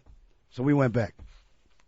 But it was when we went back, we did pussy jobs compared to our first trip. First trip, we were infantrymen. Then we were honor guard. We were guards in a pussy company in Saigon where we stood around. But you were the fighting pussies. We were the fighting pussies. You have that tattoo, don't you? Oh, the big angry vagina on the side of the lapel. I got the fighting pussy tattoo. Teeth and fire coming out that. Hey, by the way, me and my partner Joe T have a tattoo shop in Rochester called Physical Graffiti. If anybody's ever traveling through tattoo shop, we have tattooed a few celebrities, not anybody like Miami Ink or any of these big joints you see in New York, but we tattooed. Our most famous tattoo, I think, has to be Nick Lachey. When you saw Nick and Jessica, that tattoo? I think Usher might be. Yeah, Usher. Well, Usher, you don't see his ink, though. True. Yeah. We did Usher's leg. Yeah, Nick, you see it all the time. But Nick, you used to see it all the time, Nick Lachey. And we did Matthew Barnaby, used to play for the Rangers. Cecil Fielder. We did this broad, it was a comedian, Thea Vidal. Mm-hmm. She used to have all her titties we tattooed. Bobby Slayton. Bobby Slayton, who just called in, tattooed the hell out of Bobby. And another comedian, Tommy Donati, I believe you've He's right here. We're looking at him right now. Got it. Not for nothing. He might have some of the best ink in the country. Tommy Donati has some of the. He's got here real right art. now. Has some of the finest ink I bet anywhere. Yeah. Is it phenomenal? Yeah. People stop me and just. And by the way, when I say that, for those of you who got tattoos that are listening, we're talking portraits, and that's what makes the difference. Yeah. But I got to hurry up because I'm feeling guilty about the guy. I got to do we started talking about trans fats. No, let me do the trans fats. And you've also got a guy in the studio that did gastric bypass surgery. Is that interesting? Well, because it kind of ties in with the trans fats, and I think it is interesting, yeah. I mean, anything in particular, Russ, before I hang up? No, I just wanted some background on that because I read a lot on it, nonfiction, of course, so, I'm interested in it. Well, someday... I just wanted to get some background. Well, Vietnam, right now, because of the Iraq war, when I argue war with conservatives on my computer at home, my blood fucking boils because until they can, I love these guys that want to continue this war and go further and further, but all the dudes that say that are sitting here. It's easy to want the W when boys are getting blown up, and that just drives me fucking crazy. We have a phenomenal Vietnam Veterans Memorial in Rochester, New York, just for our local guys. It's a beautiful, beautiful place like the one in Washington, and Tommy was with me a month or so ago when we walked. It was my first time walking through there, and I came across. I was with another guy, and we came across some of my buddies from when I was a kid, and it just made me cry. They were 19 fucking years old, and there they are, in Rochester in the park, 19 years old, died for what? Now, to be politically correct, and I don't know if I'm using the right word, you're not allowed to say, because these guys are dead, that they died for nothing, because that's just like an insult. But someone's got to tell me, what did they die for? Some fucking politicians that wanted to have a war. I mean, I don't think the Viet Cong were on the way to California. I think we should fight when someone's threatening us. That's what it's supposed to be about. Fucking Vietnam. 58,000 brothers and sisters dead. And then we come home with the L. Anyway, you come home with the loss. Fucking sick. Right or wrong? You're right, and don't worry about that. By the way, you probably know more than me about the war. I was in it, but you read about it, and I'm thinking reading about it, you know more. Well, you get the history behind it, and you get a slant on it. But I have to say that growing up in the 70s and 80s, you got taught nothing about the Vietnam War. The most I learned was from you. I mean, that's. But I only told you personal shit. I don't know anything. Well, but politically. My uncle brought something up today, and I go, "Yeah, the guy I do the radio show with has that same stuff. He was a Navy pilot in Nam." Right. So. Anyways, bro, thanks for calling. All right, thank you. All right, baby. Talking about baby, what the fuck is that? I might have to go to this because I don't know what Mark the mailman. Mark, you there? No. Yeah, I'm here, Brother Wease. It's the mailman from San Diego, Tommy. Okay. That's right. There's a. What do you know? I know what you're talking about, Brother Wease. I was a Marine Corps sniper, and but before you go any further, this guy sounds like somebody that we've interviewed on the radio. Yeah, David Lee Roth. Is it? No. I got a little bit of the Southern California cold going on now. Oh, I'm hearing somebody. But go ahead. You were a sniper. How old are you, bruh? I'm 43 years old. How could you be in Vietnam? You're 17 years young. No. I didn't say Vietnam. He was on a big wheel brigade that they sent over there at the end of a place called. I said Beirut, Brother Wease. Beirut, Beirut. I hear you. October 23rd, 1983, when these savages blew up our Marine barracks. I was one of 9 Marines that lived, and 241 Marines died that day. You're shitting me. 241 guys died. You're one of 9? Wow. You can look it on the internet. I believe you. Yeah. And I basically lived by 20 minutes. 20 minutes earlier, you wouldn't be talking to me. But these, I know what you're saying. That, these people, we were there in Beirut, guarding basically the airport. And for what? For what? For planes to land? Yeah. I know you're talking about Vietnam. You're there, I woke up 3 days later in Germany. Yeah. How are you now? I'm cooped up. How come? I'm 20% disabled through the VA, but I'm a mailman. Oh, that's beautiful. Yeah. In San Diego, you motherfucker. Everyone says that. Goddamn, you know what? I'm from Tennessee. When I went in the Marine Corps, from Tennessee, and I was out here. I was a drill instructor my last year and a half here in San Diego, MCRD, and I said, you know what? I am not going back to Tennessee because the weather is too sweet here. Yeah, but you're such a suck ass. I was, believe it or not, because I was in the Army just like you. I had that mailman gig in Philadelphia because you know how we get in with the civil service. And everybody, all the mailmen, you know how you get to try and get a transfer? Who the fuck didn't want to go to San Diego? You got the gig. Everybody wants to be a mailman in San Diego. Brother Wease. Yeah. I'm living the life. All right. You're a lucky bastard. I got to run. You're a lucky motherfucker, mailman in Tennessee. Let me shoot Show me a mailman that isn't a sniper. You got to be a wise guy. I'm just saying. All right. Here, I'm going to go back to the trans fats. Right now, for all you guys listening elsewhere out of New York City, which is most, in case you didn't see the news, I don't know if it's on the TV news, but it's in the papers all around. It's a huge story. On the TV? Yeah.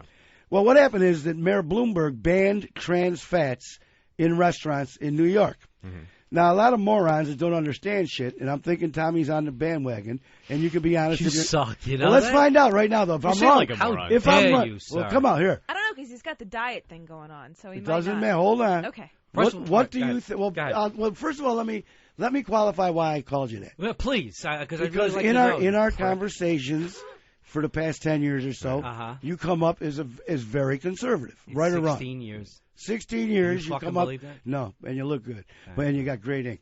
But you come up very conservative. That's all. Okay. So because of that, I'm thinking I'm an asshole. that you're against. No, because I love you. But I'm thinking that you're against the ban on trans fats. Tell me. That I am against it. You're That's asking what me I'm this thinking. now? I said. You know what? I could be wrong. I personally, you're having conversations with fellas. You live here in New York. Mhm. People must talk about it. Yeah, of course they do. What do they say? It's fucking ridiculous. It's People, not You let them ridiculous. eat what they want to eat, and if they want to fucking kill themselves, go ahead. Okay, now, I mean, what are we stop, doing? stop. I'm going to teach People you. suing McDonald's because they're fat? No, Stop. you're fat You're because going you're to- a fat fuck. Now you're in a different area. Now you got to learn something. And unfortunately, I'm stealing this from Sally. She'll reiterate She if doesn't need mind. be. Here's the bottom line. You see, all you motherfuckers that don't think, listen to me. Look, you all jump to that thing. Let us eat what we want if we want to kill ourselves, right or wrong. Isn't that what you're saying? I'm saying, yeah, freedom Okay, of choice. So let me ask you this: Go ahead. if you came to my bakery Yeah. and I was selling these delicious chocolate chip cookies, Yeah. and I took a shit in them, would you be pissed off if it still tasted like a good Yeah, but chocolate the chip? shit isn't something you cook with. And guess what? Trans fat ain't either. Now, here's the bottom line. The people that write these letters, and I got them right in my hand from today's New York newspaper, the people that write these letters are fucking morons. Now, let me spell it out to you. Nothing changes in the food you eat. This trans fat shit was just invented in modern time. People have been baking and cooking beautiful apple pies for 100 fucking years. All of a sudden, because someone wanted to save a buck, they decided to poison you. What trans fats do is give you cancer and unbelievably clogged arteries. So somebody that gives a fuck, ban them to save your life. Now, you see people that And go, seatbelts, let me too. finish. Yeah, Seatbelts do save your life. And by the way, it's funny because I just got a new car. Yeah. This is the biggest mouth cocksucker car. What'd you I've buy? never had one. I'm too embarrassed to tell him. Say it. Well, I work for a Chevy dealer that sells Subarus. It's the first time I had a Subaru. Good car. It's a phenomenal car. But you can't shut that cocksucker up if you don't plug in your seatbelt. Bro, they want to save your life, bro. I like to. It's the trans fat thing. Hold on a minute. What are you driving, talking the about? Liberator? Honey, can I get your water? You know, Just give me if that. you don't wear the seatbelt, you know, Okay, you listen. go it's through still- the fucking windshield. Let me explain something to you. Yeah, You sure. know People, if you're wearing a right, seatbelt. exactly. And people try to compare it You what? to drinking booze or doing dope.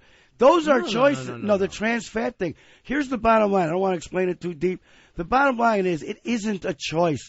It's something you're eating that someone slipped to you that you don't need, and it doesn't change your food. And you have no way it's of knowing fucking if it's in your- poison. you have no way of- Someone's poisoning you, and people are going, let us have a choice. Right. That's absurd. Right. It's not a It's choice absurd. if you don't know it's in your food. Absolutely right. If you don't know about You- it, well, then, you don't. then somebody's making the choice for you. That's bullshit. Well, that's Well, that's all the they're only stopping by that's the only putting place this you ban. get trans fats. All right. Well, listen. See, it doesn't matter to me because I don't absorb fat anymore. You will if you eat that poison. No, I don't. How's that? Because when you have gastric bypass, you Hold don't on. absorb fats. Hold on. I got You don't absorb the food that you put in your body, even though it's less food than it used to be? Well, no, because my problem is that I have malabsorption now. Not my problem. Freak. But thank you. Hold on. But, Go ahead. Keep going. Is it much more? no. Seriously. No, it's like that's why you have to take vitamin supplements, things like that, because you can't take in enough to get what you need. Hold on. I have an angry Vietnam veteran. I get him all the time. Larry from South Carolina. Hi. Go ahead, Larry. I've calmed down a little bit. I was pretty torqued when I called and talked to your call screen, and I'm starting to get worked up again. Let me tell you something. Go ahead. When you start spreading these myths and lies about Vietnam, about how we got the L in the fucking loss column, those soldiers on the ground kicked fucking ass. They killed all the Viet Cong there was to kill. By the time 68 Tet was over, there was no fucking Viet Cong left. They were all dead. And from 68 on, you fought nothing but NVA regulars. And our soldiers in the field killed all of them. And by the time 71, 72, 73 rolled around, our soldiers could go wherever the fuck they wanted to go, whenever they wanted to go there, and do whatever the hell they wanted to do. The only reason you're calling it an L is because the media spread enough lies out about how the veterans did or didn't do anything while they were in the damn field. We kicked North Vietnam's fucking ass, but all we did was quit and go home, and then dishonored and shamed our veterans into thinking their service sucked and their service was for nothing. Those fucking soldiers in the field got it done, and those were conscripts. They aren't even the fucking volunteers that we use today. Those volunteers today are kicking ass in Iraq, and when they come back and they look at the news media reports, they're wondering what the fuck Iraq the press is looking at, because it ain't the Iraq they're serving in. Well, let me explain something to you, Larry. There's no arguing. This is Larry, right? Larry? Is this Larry? It is Larry. Larry, there's no arguing with you, buddy, because you're not going to look at anything but the way you're looking at it. If that's the whole point, I'm glad I did mention the L, because it shows you how much the L or the W means to you. In real life, fuck the L or the W. Bottom line is 58,000 brothers and sisters died in Vietnam, people's children, people's brothers, people's sisters, people's fathers, and you want to tell me what it was for? You're all pissed off. Tell me what it was for. What? If you what happened when we left? What happened when we left Vietnam? No, hold on, Larry, hold on. No. When we left Vietnam, we condemned that entire region to communist oppression. How many people died in Cambodia because we pulled out and went home? How many South Vietnamese were put in re-education camps and killed because we went home? But let me That's ask what Larry. happened when we left. Larry. And I'm old enough to know. I'm a Vietnam era veteran. It's not my fault. When I enlisted at age 18, you raised my fucking hand and volunteered. By the time I got out of my classes, Viet Saigon had already fallen because I was in class a year and a half. So what are you about? So I did 14 fucking years. Okay. What happened? Why'd you get out after 14 years? I split in too many school years with my kids, so when I got out and went to work in defense, I was able to get both of my sons through high school and middle school in the same school district. You know, they're traveling around when I was soldier. All right, listen, Larry. You know what I'm saying? Yeah, Larry, listen to me. I don't want to go into the W and L, but this is what I want to know. Because, Larry, you'll be surprised to hear that I'm a sick fucking liberal. But we both live in America, so let me ask you this question. You listening? Yes. What I'm trying to say is, I don't want any motherfuckers dying like 58,000. You're saying that the guys in Vietnam kicked ass. I was in Vietnam 3 trips. Kicking ass or not kicking ass ain't the question. The question is, why the fuck are 58,000 American boys dying halfway around the world? Shouldn't we just die to protect us? Yeah, but those were our interests. They really, truly were our interests. Okay, well, let me... And like in Iraq is our interest. Because bullshit. there is a war on terrorism, but we have to kill the terrorists. It's and bullshit. The terrorists are coming to Iraq to kill Americans. You know, there's people better than you and I studying this shit. But let me forget Iraq for a minute. Yeah, but see, look, Brother Wease, I spent 20 years in defense intelligence. That was my business. Okay?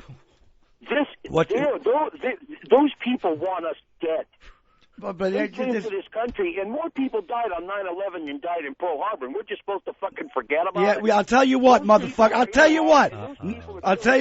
9/11 ain't got shit. 9/11 ain't got shit to do with Iraq. Nobody in Iraq did 9/11. Why didn't we go to Mexico after 9/11?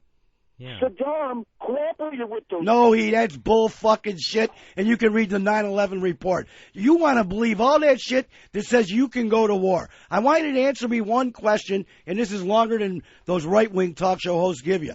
What did the boys in Vietnam die for? I want, if my kid is going to die, I got an 18-year-old kid. If he's going to be in the service, I want him to protect America. And that's fucking it. And if there's other shit happening around the world, in fucking Vietnam no less, 58,000 people, the boys got to die? For what?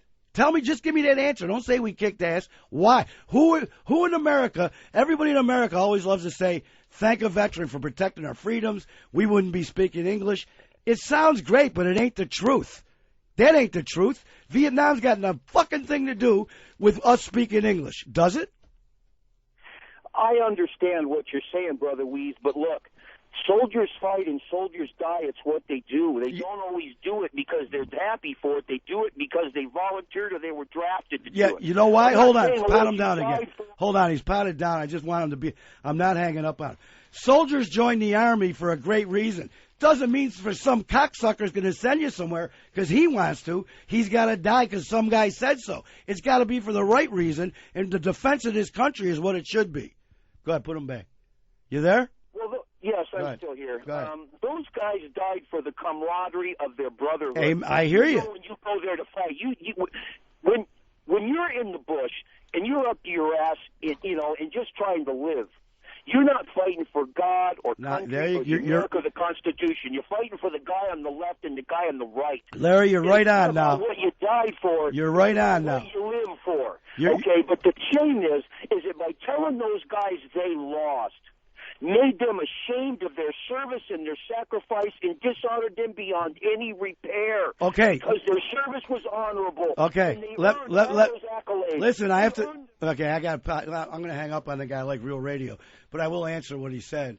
Let me hang up on my man Larry, and I feel bad Larry's so heated up. But the bottom line is this. I went to Vietnam 3 fucking times, and I am not ashamed. I am not disturbed. I don't give a fuck about the L. The L is what everybody in the world thinks. It ain't no big fucking deal. The dude explained what you were fighting for. That was the only good thing he said, was you're fighting for the guy that left you to fight right here. Absolutely. You're fighting for camaraderie. But don't tell me because you took an L, if they said you did, that you're ashamed. What's that got to do with how honorably you I tried to get it to that guy so he can answer me, but he ain't listening. It's not going to happen. He's pretty well wound up, and he's got his own thoughts. But here's the thing. After the fall of Saigon... I know what happened. Does that mean we got to stay there forever? No. What I'm going to say is a little known fact that a lot of people never talk about, but after the fall of Saigon is when they started using trans fats in this country. And I think it's because of the Vietnam influence. You know what's interesting is that's about right, because it's the 60s that it really started getting right. used It was in good, this Tommy country. Boy. Oh, man. Hey, and by the way, I just thought of something else, you motherfucker. God, you It was the trend. You got the operation. What's the name of it? Gastric bypass. You know why? Why? Trans motherfucking fats. You got it right, For real, my you brother. motherfucker. You had to have an operation. No, I got the operation because of a transvestite. Oh. And I just...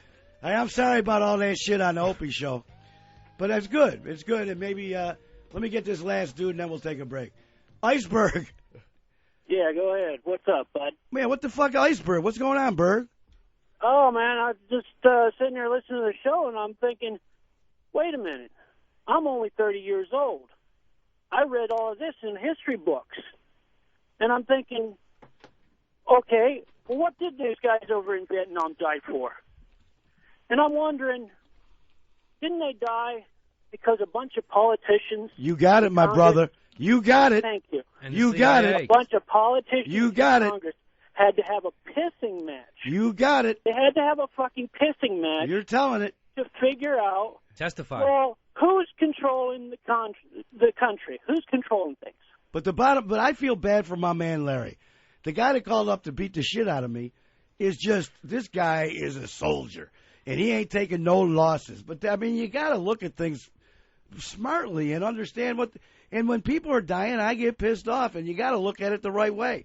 Jesus Christ. And don't tell me a guy died in Vietnam that everyone else is ashamed. Why? You fuck them politicians. They should be ashamed. That's all. Thank you. Thanks for calling, Thank Iceberg. you. And by the way, Absolutely. Berg, you Jewish? No. What do you mean, Iceberg? Goldberg, Iceberg. You know, float in the ocean. Think the freaking All right, I'm just Titanic. kidding That you. movie sucked. I'm just kidding you, bro. You did so. Hey, You got the wrong mouse, Wease. Oh. I'm going, man, that mouse is stuck on another screen. All right, listen, it's the Opie and Anthony Friend Show. It's Radio Free Wease on XM 202. The Virus. Be here for a little while. I got to get the names of them young boys that are coming up next. They're going to kick ass. Do you have a mic where you guys can talk? Yeah, that's Than and Sam coming up at... What's the first name? Than. Like Nathaniel, he shortens it to Than. Fucking wise guy. I like it, Instead though. of Nate, he goes to Than. I like that. Everybody else is Nate. This cocksucker got to be Than. And Than sounds like a Vietnamese dude. Oh, shit. Right. You missed Incoming! My boy Than and Sam. You got it. The Than and Sam show's coming up at midnight. If you want to know more about this show, you can go to Wease.com or you can go to myspace.com/radio. I don't like being out all over the country where guys can beat me up from South Carolina. Because I don't know how to handle. I feel bad for that What are you cat. talking about? I think The he dude came that around just a little called. bit. Hey, we got a great call when we come back from a guy in Utah. Oh, there he is. Yeah, that's a good one. But let's do it when we come back. Don't. He says Wease is a douche. Yep. Is it the liberal or just I'm a piece of shit? It says Wease is a douche, and he can't believe that Opie let me out. admits to you being his idol. Oh, baby. What are you gonna? I don't know. I got to ask him who he would have liked better. Well, We'll find out. We'll be right back. Call Brother Wease live 866-WOW-1-WOW. That's 866-969-1969. Remember when I first met you with like Kinnis many years ago, bro? You would take the Hirsch around. You guys would pretend like you were rock stars, bro. Big broads And his cousin's Hirsch in Philly. We'd be all getting high, thinking we're rock stars. We had the hair. And meanwhile, there's a guy in the back walking around. You can't turn him into a company man. You can't turn him into a whore.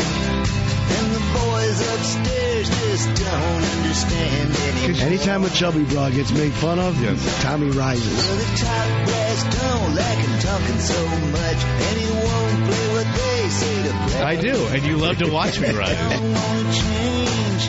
What don't need to change? My daughter Diane, she's a So red. cute. And there goes the last DJ. She's a funny mom. Kills me. Who plays what he wants to play. She's referring to herself as the poker savior. He wants to say, hey, hey, hey. When you're in a jam, There goes your freedom of joy. Did the dog bite you? There goes the last human boy. Yeah, he did, and I punched my ass up in the face and threw it out the window. There goes the last DJ. Come to my show every morning right here. We're up on top and don't have no fear.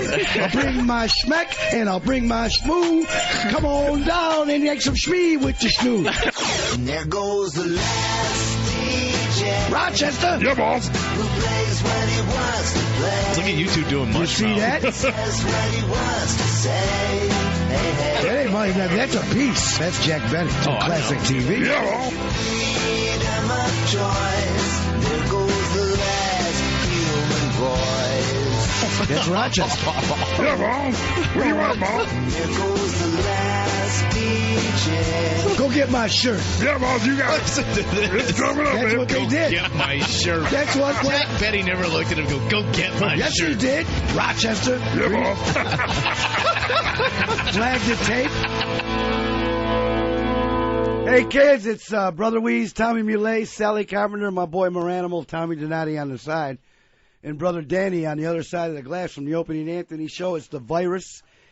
866-969-1969, 866-969-1969. Now, there's two guys that have been holding for over an hour, and I feel really guilty. Yeah. But this guy's only been on for 10 minutes, and he hates me, Yeah. and that's the kind of guys we like to talk to. Oh, sure. So, of all places, Utah, hold on a second. Well, I figured this out. There it is. Brother Kurt, what's wrong, honey? Hey, Brother Wease. Yeah, I was Kurt. just calling in. I barely caught your show, but I was just wanting to ask you, what was the justification of us going to Iraq above all other things? Geez, that isn't what it says on the screen. It's all it Well, says. yeah, like I said, I only heard a few minutes of you, and you kind of pissed me off with the Vietnam guy, but I'm just being honest. Well, here. hold on. That was my cringe reaction, so Kurt? I'll admit I'm a little conservative, and obviously you're liberal, so Kurt? tell me what the justification was going in there, Brother Wease. First of all, Kurt, I want to address things, see if we can have a conversation. Man, that's why it's tough being a liberal, man, especially on a signal that goes all over the country. Because let me finish, Kurt. Kurt's in Utah. What city are you in, Kurt? I'm in Salt Lake. Salt Lake City. Do you ever hear Bob Lonsberry there? Oh, I don't like the guy very much. He's very conservative. I don't like him, but I'm surprised you don't like. I know he broadcasts from New York also. Right. Well, he's from our hometown. He's a very, very conservative, confused hypocrite. A hypocrite like crazy. But that's a different story. So Kurt's in Utah, home of the Mormons, and he's conservative. You know, I'm not Mormon at all, sir. I'm not from Utah originally. Where are you from? I'm actually was born in New Mexico. In where? New Mexico. All right. Anyways, I expected. Listen. Yeah, I know I'm a fucking hayseed. What are you going to do? No, I'm not saying any of that. But what I'm going to do is, because I'm on the Opie and Anthony virus here, I'm not going to debate with you why we went to Iraq or any of that shit. What you do know, as a conservative or whatever you are, let's talk about where are we today and what's going on with the government and what are we going to do in Iraq. I mean, I think it was a terrible reason to go to Iraq. And also, tell me what pissed you off about when I was talking to the guy about Vietnam. Well, the thing about the guy with Vietnam, I disagreed with. If you're a part of anything serious, especially when you're watching your friends, the people you're with getting killed, yeah. Yes, it's horrible enough anyway, sir. And I know you've been there, and you know, I definitely respect that, especially since I never stood for the country, and I really do appreciate the fact that you have. Yeah, well, But, go ahead. Of course, a loss has to bite you, you know, and I could see the reason why the government went into it, but they just didn't handle it properly. As far as I'm concerned, if there's a reason to go to war, you go balls to the wall, you do everything necessary to win. If you're not willing to do that, fucking stay at home. So I think me and you probably agree on that, right? Well, here's the deal. We lost. Let's get back to. I don't understand how I could have pissed you off with that Vietnam rap. 58,000 boys died, and you tell me for what? Yeah, it was unfortunate, and obviously the result wasn't much. I mean, obviously it was to counter the spread of communism. That's the bullshit they fed us. I was in Fort Dix, New Jersey, as a young boy. I had to watch Lyndon Baines Johnson give a speech, and I'll never forget it, about stopping the spread of communism in Southeast Asia before it gets here. What a bunch of shit for a bunch of morons. Come on. Well, I agree with that. I think we should deal with the things we have at home, and I think the big part, and this is where I'll differ from a lot of conservatives, I mean, 9/11 was a heinous act, but I don't think it was really the fact that they hated our freedoms. I think they hated the fact that we were there. I don't think we should have fucking been there in the first place. Well, there you go, right on the nose. And the bottom line is, this is the greatest country in the world, and if we weren't wasting time, energy, and lives right now, man, I watched a special on TV last night. What's her name? Diane Sawyer, that gives us old guys a boner. You're not old enough, but how old are you? You wouldn't get me hard on, but hey, there you go. How old are you? I'm 25. You're way too young to get a boner over Diane Sawyer. But as old guy. I am. Anyway, last night I saw an hour-long show. You saw it, Tommy? North Korea. Them Koreans will scare the shit out of you. Yeah, man. You see them cocksuckers marching down the street? They're fucking out of their mind. I think that would have been a better target. And he's got them so brainwashed. That's kind of the point I was trying to make with you, though. Yes, we got out of 9/11. It was bad. And obviously, supposedly, it's been proven that Saddam didn't have anything to do with that. Nothing. The reason that legally justified us going in there, sir, was just the fact that he wouldn't let the inspectors go in. Yes, he would. That's not true. Not true. He did. Not true, Kurt. Not true. Not true. So he did let him in? Absolutely. And they were all over the joint. And they didn't find anything. And if you, what was the guy's name again? Blix, Hans Blix. Yes. Go read it. Listen, that's why this is not the right show to debate all this crap. You can see it. All I ask for any political person listening, don't call me on this conservative liberal shit. I'm a big liberal. But I just ask you people that listen to that motherfucker Hannity or that motherfucker O'Reilly, listen to people, not what they call the liberal media, because it isn't really liberal. Listen to the real liberals, like when Bill Maher goes back on the air with his show. Listen to the right and some of that, and then figure it out for yourself. But if you're just listening to the right, man, you're drinking Kool-Aid just like they say we are. Say again? Yeah, but isn't that true that Saddam didn't let the weapons... No, it's not true. Not true. Weapons inspectors, which conservatives fucking hate the UN. No. They wouldn't let these guys go in.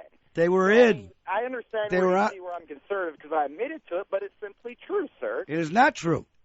Weapons inspectors were on the ground in Iraq. Absolutely. Absolutely. He did to an extent. I'll tell you what. Right? I'll tell you what.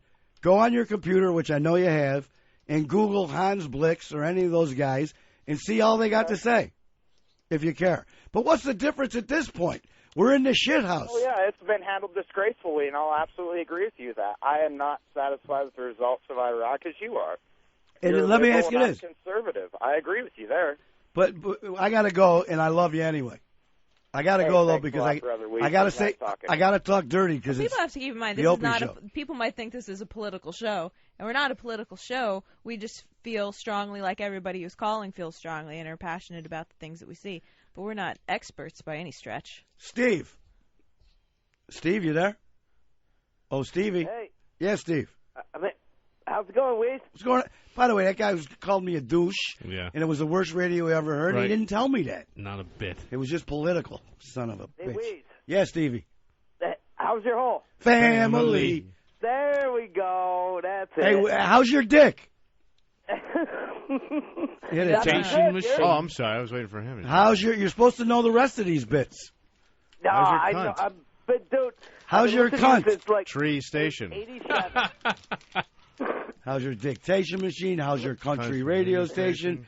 How's your whole family? Yeah. It's all a bunch of hey, shit. Wease, Yes, Steve. I've been listening to you since like 87. Yes, sir. Thank you. When I was going to high school, my uncle used to drive me to school, and we listened to you when I was going to school. Listen, that was Steve. 87. Steve. There's a guy from Colorado that says we suck, and I agree with him. Oh, he's pissed. He might be listening, and do you have anything interesting to say or a question? Yes. What? Hey, is Nutman there? Nutman just left. He just left. He's there though. He was here. He He's left. gone. He was there.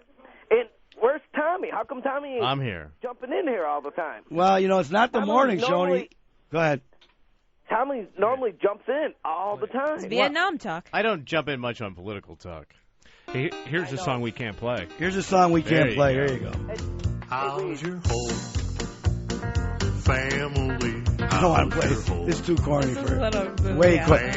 Get this motherfucker out of here. Okay. But this is akin. This is one step from Grandma. Yes, That similar. fucking song is one step from Grandma's got run over by a reindeer.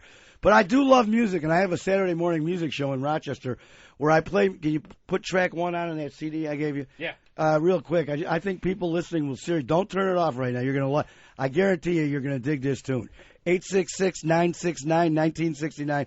This is a band called Reckless Kelly, and I'm gonna play half of the tune. It's a great tune. Track 1, right? Track 1 is called Wiggles and Ritalin.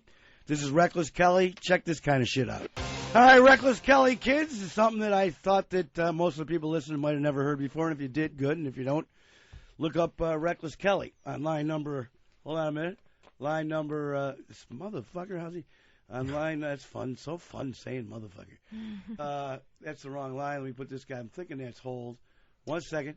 That's because the dude left. That guy from Colorado called back? The guy from Colorado didn't You call gave him back. 30 minutes. I think it's up. Yeah, it's definitely up. Russell in New York somewhere. Hey, Brother Wease. Yeah, Russ. I love you. I used to be called NASCAR Russ years ago. What's up, NASCAR Russ? Not much, brother. I tell you what, I love you on X-Helm. Thank you. I waited until yesterday to hear that you were going to be on because I couldn't, you couldn't tell how you were. Right. As far as, on your radio station. Yeah, we get in trouble. We 96.5. Yeah, we get in trouble, Russ. Thanks for calling, honey. But I tell you what, I love it, and I'm listening to you right now. And can I say something for a Yes, sir. for a listener in Rochester? They'll never hear this again. Let me say on the radio, go fuck yourself. Hey, you know what, brother? What, honey? I love it, brother, because I met you, and I love him, and I love Tommy, and I love Sally. You're supposed to and I say love fuck being me the- back. Says You're hi or not- something. Hey, TJ from Jerking Jersey. off. What's up, Wease? What do you know, T? Hey, just caught your show for the first time. Really impressed. Bravo on the show. Thank you. My question is, I caught a Sundance documentary on. It was called Drug Years a couple nights ago, and there was something in there that said during the Vietnam War, the U.S. government pretty much spread heroin to all the soldiers to keep them going. Any truth to the rumor? Or Listen, I am a guy that will tell you so much fucking truth. And I went to Vietnam on 3 little trips, and I did a ton of drugs. I've been through everything. I ain't never heard no shit like that in my life, and I was in the woods. I was all over Vietnam. I got to get a hold of this fucking thing. But since you're talking about it, I do want to make a suggestion. If anybody can get a hold of a documentary called 2 Days in October, it is so phenomenal. It is a great, great, great piece about 2 days in October back in 69. No, it might have been 67 or 66. 2 days in October back in Vietnam where there was this ambush sent out, and it's a documentary. There's no actors here. It's phenomenal. In the same 2 days, there was a big war protest up at the University of Wisconsin, Tommy, I believe. It is a phenomenal piece of film. Now, 2 days in October. Is there a chance that this guy's getting heroin mixed up with either ecstasy, acid or methamphetamines? There was no fucking drugs that I ever heard of that the government was giving us besides malaria pills. Now, we did drugs. What about if saltpeter? you get a chance to check it out, VH1 has been playing it. It's pretty. Man, it's like a 4-hour. Oh my! I got it. Let me ask you. Hold on. Well, in those 4 hours, did they show you how the government was giving the drugs to the soldiers? Yeah. How did they imply it? Yeah. Like they were trying to keep the soldiers going during. No, bro. the war. Heroin wouldn't really keep you going. No. Yeah, heroin is That's what I didn't understand either. Like it was. Bro, you give it. Really interesting. Bro, any army I fight, give them all heroin. Give them all heroin. We're walking in and bitch slapping them motherfuckers. They're all doing the They're nod. all nodding. They're all nodding. Hey, Wease, come on in. What are you shitting me? The shit running down his Bro, I think you nodded out during that part of the program. Yeah. Nice. Bro, yeah, serious. it was weird how they portrayed it in the documentary of once it was in Vietnam. It became such a problem for all the Vietnam vets when they came out because they were so strung out from not having I it. will say, I had one dude, maybe I knew about 4 cats that got strung out bad, and it was opium, by the way. And I don't want to go into drug counseling here or drug information, but a lot of people don't know what opium is, and opium is shit that's a lot stronger than heroin. Heroin is called junk because what it is the white shit that bubbles up on top of opium when you boil it and you scrape off that white shit. That's heroin. So cats were doing opium in Vietnam that I knew, and I'll never forget the day. I remember this kid's name. I always feel like saying it, and I think he was from Jersey. And it's funny, me saying I hate to say it. The guy's 60. The dude is 60 if he's still living. But this dude, his name was Merrill. And I always remember him saying, I remember everybody saying they're not going to let him go home. Until he fucking, the guy was an opium, his arm, it was unbelievable. He was shooting it? Oh, yeah, right in town. You know, with the B. I went to a few opium dens. Yeah, some of you smoked it. Smoked I mean, it. That's cool. I didn't shoot no motherfucking opium. Sorry, Well, bro. Wease, I appreciate you taking my call, and good luck. Hopefully we get you on XM. Thank you, brother. Appreciate it. What? You know what's another bullshit thing that you hear that comes out of the Vietnam stories is the guys that had the quote-unquote black VD. Well, wait a minute. That ain't bullshit. That they didn't let them come home. That was the other thing. What? Well, at least this is something while I was there I did hear. Whether I knew a dude that it happened that's to, what I'm saying. I really don't know. But they did say, first of all, there were strains of shit over there that you didn't know what the fuck was. That's what they told us anyway. Right. Now, I'm going to tell you, and too bad my wife's laying on the couch in there, but me and my partner, who died recently right here in Brooklyn, we had a hell of a story. We went 3 times together I met him there. I didn't go the first time. But we came home twice together and went back. And we did a lot of shit. I fucked a lot of broads in Vietnam, never used a rubber. I was a kid. I was a nut kid. Really? Never used a rubber. Nothing happened to my dick. But they did tell you that there were VDs that if you caught you, maybe they were just trying to scare you. Right, that's what I'm saying. They said if you saying. catch this shit, you don't go home. You don't go home. You're right. I don't know any way that happened. That's bullshit. As a matter of fact, of course it's bullshit.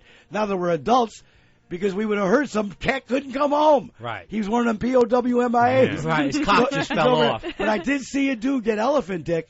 What do you mean? I did see a dude get elephant dick. What do you mean? Well, first of all, there used to be a bug. They had bugs. He sucked off an elephant. No. Okay. Well, they used to have a bug over there. They used to have so many insects in the jungle. They used to tell us there was insects with no names even. And I remember they used to have one that would bite you at night. You could turn it into a ubangi. You know what I'm saying? Yeah. No, I'm telling you this shit for legit. But I remember when we had the leeches. The leeches were Okay, yeah. Well, I saw dudes get leeched everywhere. We used to have leech check every morning. Yeah. You know, when it was time when light came, you know, we would do it for our buddy. We'd get the leeches off of you, and then you do it to your buddy. I remember one dude had one in his eye, his whole eye, but one went up a dude's dick. But wait a minute. And he got elephant dick. I thought you only got get elephant dick. Big fucking big trunk, thing. tusk. No, brother, thing turned into that's pretty cool. Brother, thing turned into a beer can. Dude's Come dick on. turned broad. Dude, I saw the dick. You had to get medevac. Dick Are you turned into a bullshitting? No, it actually would eat Son. things and shove it up his ass. A peanut. It would pick up a peanut from across the room. Son, But I thought. well, fuck your peanut. Yeah. I thought that. Bro, you gotta. Oh, what? We're late. We gotta go. It's yeah. not real I'll ads here. explain- Oh yeah. All right, we're late. We'll All right. finna remind me, elephant dick. And Elephant dick, because I and your want to boy talk Matt's about back. this. Oh, Matt's back. I mean, Colorado yeah, but Matt? Probably won't wait. The hell I want to talk to he'll Matt. wait. I'll be right back. It's Brother Wease on XM 202, The Virus.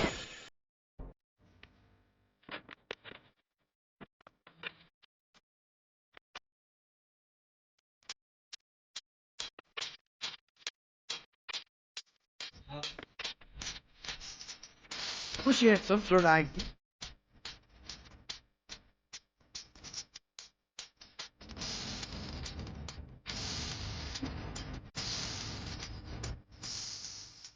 All right, kids, it's Brother Wease and a bunch of motherfuckers up here at Channel 202, The Virus. 866-969-1969. 866-969-1969. Peter Wolf, good brother from Boston. And by the way, go ahead. He had an album that came out last year or the year before. God damn it, I wish I could remember the name. But his last CD is really great. Sleep something? It's a great fucking CD. It's Brother Wease, Sally Carpenter from Jacksonville, Florida, Tommy Muley from Jupiter, Florida, where the rich people's is. My boy from Poughkeepsie, Billy Moran, and Tommy Donati from the Bronx. But I got to talk to Matt from Colorado. Matt, you there, brother? Yes, sir. No, I'm sorry. Go ahead. No, wait. You should tell why Matt's calling back. People might have tuned in. Matt called about an hour ago and said the show sucked, which I agreed with. I agreed with Matt 100% because at that point we were just answering phone calls and a lot of people were saying a lot of nice things. And it was really boring radio, absolutely.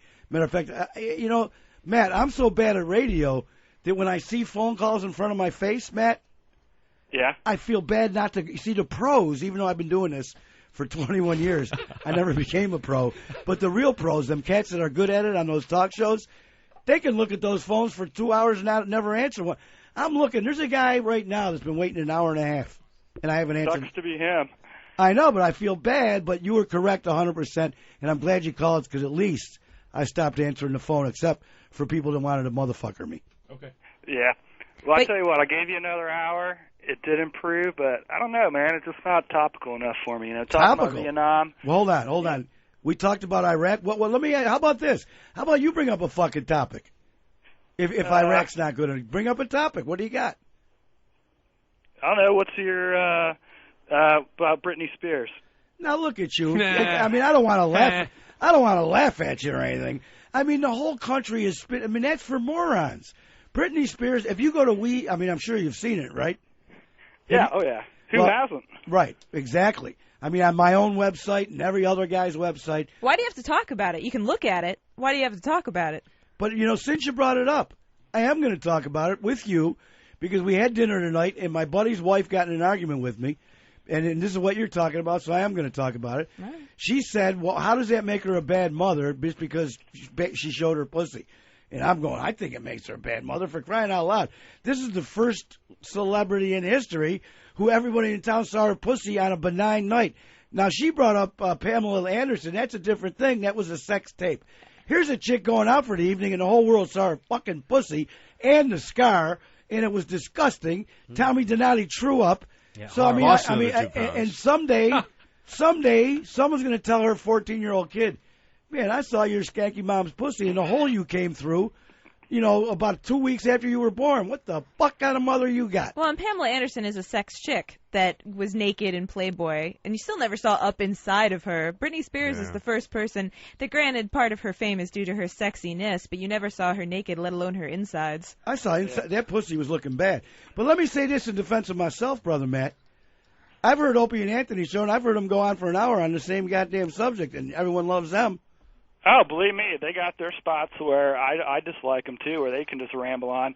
Like that Puka show they were doing. Man, they just repeating the hell out of talking about the baby bird video. Well, let me ask you this: is there any fucking talk show that keeps your interest the whole way forever?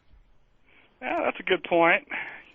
Anyways, let me tell you this: this isn't a good example of my show, and I'm proud of my show. Of course, you can't hear it. My show, on my regular morning show, man, we cut. I can only think because I got a shitty brain. We had the world's best vibraphone player on the other day. We had David Crosby on the other day. We go from those guys, the guys that wrote books, to film reviewers, to talk. I mean, I got a story sitting in front of me I've been trying to get to from today's newspaper about a guy who had a botched. This is from today's. Oh, you saw that? Yeah, you see. Yeah. In today's New York paper, I got a story about a guy who had a botched penis extension operation, and it's a big story. It's pretty funny. Yeah, in the States. But I'll get right here, man, right here in Manhattan. Nice. No, I'd rather hear about that than Vietnam. Well, that sort of pisses me off. But that's a little sad. It is sad. You want to hear? See, basically, you want base humor. I'm gonna have to. Opie and those guys do a lot of dick shit and pussy shit. This is late when, be honest with you, it's more of a time for pussies and dicks. But, people are calling up wanting to know about Vietnam and stuff. I'm here to tell them, brother. And cocks. They want to know about Vietnam. And we got cocks. I told about a guy who got elephant dick. That's the best. I have the same problem. You got elephant dick? You sure do. All right, brother. But how old did you say you were? I'm 38. You're single, aren't you, motherfucker? Nope. Well, what you doing listening to the radio? I hope you're at work. Actually, I am, yes. Are you a security guard? No, I do computer imaging. He's in Colorado. It's only 9 o'clock where he is. Oh, that's right. I'm sorry. Well, it's still late on Saturday night. Hey, we're leaving here in an hour. Yeah. What kind of gig you got Saturday night? You got to fuck around with computers. What's that? What kind of gig Saturday night you're doing the computer? Well, I work Thursday through Monday, so I can ski on Tuesday and Wednesdays when there's no one on the mountain. Nice. Excuse me, bro. It's very cool. You're a cool guy. That big If elephant you want to hate cock. my shitty show, I don't mind it from Needs a guy a like separate set of skis. I admire your shit, bro. Have a good time. For his cock. Hey, thanks. See you later. It's a cock ski. Brian. Yeah. Go ahead, B. Hey, that last dude that you were just talking to just kind of fucking just kicks my story right in the ass. Why is that? Well, I don't mean that in a bad. Let me rephrase that. It just proves my point even more. Good. The main comment that I've got will just kind of nip everything in the bud. 98.9% of the people in the United States, and hell, for that point, the world, is nothing but a bunch of cattle walking around getting fat for the slaughter, and they ain't got a fucking clue. You mind if I say amen? Yeah, go for it. Amen, brother. Praise Jesus. Testify. Because the way I look at it, you were talking about that one dude. See, what it was, I was just channel surf. I drive a truck over the road. And so I get an up-close look at the stupid people in the world, or in the country. Especially I see them. Go ahead. I see stupid shit, stupid people, and stupid concepts with stupid results, obviously, on a daily, by-the-hour basis. And as a matter of fact, about an hour and a half ago, I got in a slight little tidbit argument with a guy that said he was in the military for 25 years and he supports our government for everything that they do. And I looked down and I said, I bet you were the motherfucker that always volunteered for something. Hey, by the way, the greatest point about that is all these conservative motherfuckers that want to believe everything, let's just pretend Bush wasn't going so bad.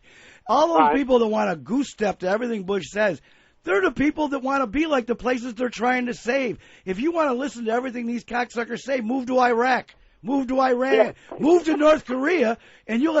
By the way, those people in North Korea, Tommy, man, they didn't look like they were sad. In all honesty, no, you see them little kids, man. They were happy, but they're living under a complete brainwashed system. But they're happy. They're starving to death. They're starving. They're happy, but they throw a nice parade. They throw that. But the point is, if you don't, the democracy that we live under wants you to question the fucking government. That's what we're here for. That's why there is a democracy. Hey, I'm all for the freedom of speech, as long as you don't do it in public. I went to see the Dixie Chicks movie last night. The Dixie Chicks movie, Mr. Truck Driver. I don't know if anybody caught you at you're a big truck driving dude from Nebraska. If anyone caught you at that Dixie Chicks movie, you might get in trouble. But the best scene is... I'm not from Nebraska. Actually, I'm just passing through. I live in Ohio, and I was born and raised in Kentucky, and I am through and through hillbilly. Well, you're not a real hillbilly because I dig the way you're talking. But in that movie, the big scene is where this person says, I'm all for freedom of speech. Just watch what you're saying. That's the way it is. It really is. You can say whatever you say. Just wait till the door's closed, and I'm going to kick your ass for it. All right, baby. Thanks for calling, and keep the rubber side down, motherfucker. Oh, hell yeah, man. Y'all keep on doing what you're doing, man. You're doing it good. I appreciate it. All right, man. Later. Here's a dude. Hold on. Wait a minute. There's a guy. Yeah, an hour and a half. You know who that is? No. No, why does it say from? It says from New York. They have it wrong. Oh, why didn't they tell me? I tried telling you. Eddie from Arizona. I'm sorry, Eddie. Bro, this machine ain't the regular one I'm used to. I know.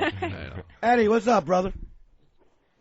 Brother Wease, it took me about a week to like Opie and Anthony, about a month to like Ron and Fez. I think it took me about 30 minutes to love you to pieces. Yeah, I'll suck your dick if I get close to fucking Arizona. Mm-hmm. Hey, I'm all for it. Anybody who's willing to suck my dick's a good person. Let me tell you something, too. I know dicks. I only say that. Go on. I only say that. I never sucked a dick. Except for the elephant dick. I didn't suck that dick. I saw the dick. Oh, you saw it. I looked at Tommy's dick today. She's got a big dick. Thanks. But, Sam Kinison, my good friend Sam Kinison tells people, if you want to eat good pussy, you get a lesbian to teach you how to eat the pussy. Because a lesbian got a pussy, and she knows how to eat the pussy because she got one. There we go. So if you want a dick sucked, you want to have some gay dude who I've known a bunch. Never mind. I'm getting mine. But anyway, Eddie. I'm so disappointed. Eddie, thank you, brother. I love you. Fungus foot. Have a good one, Brother Weave. Harry.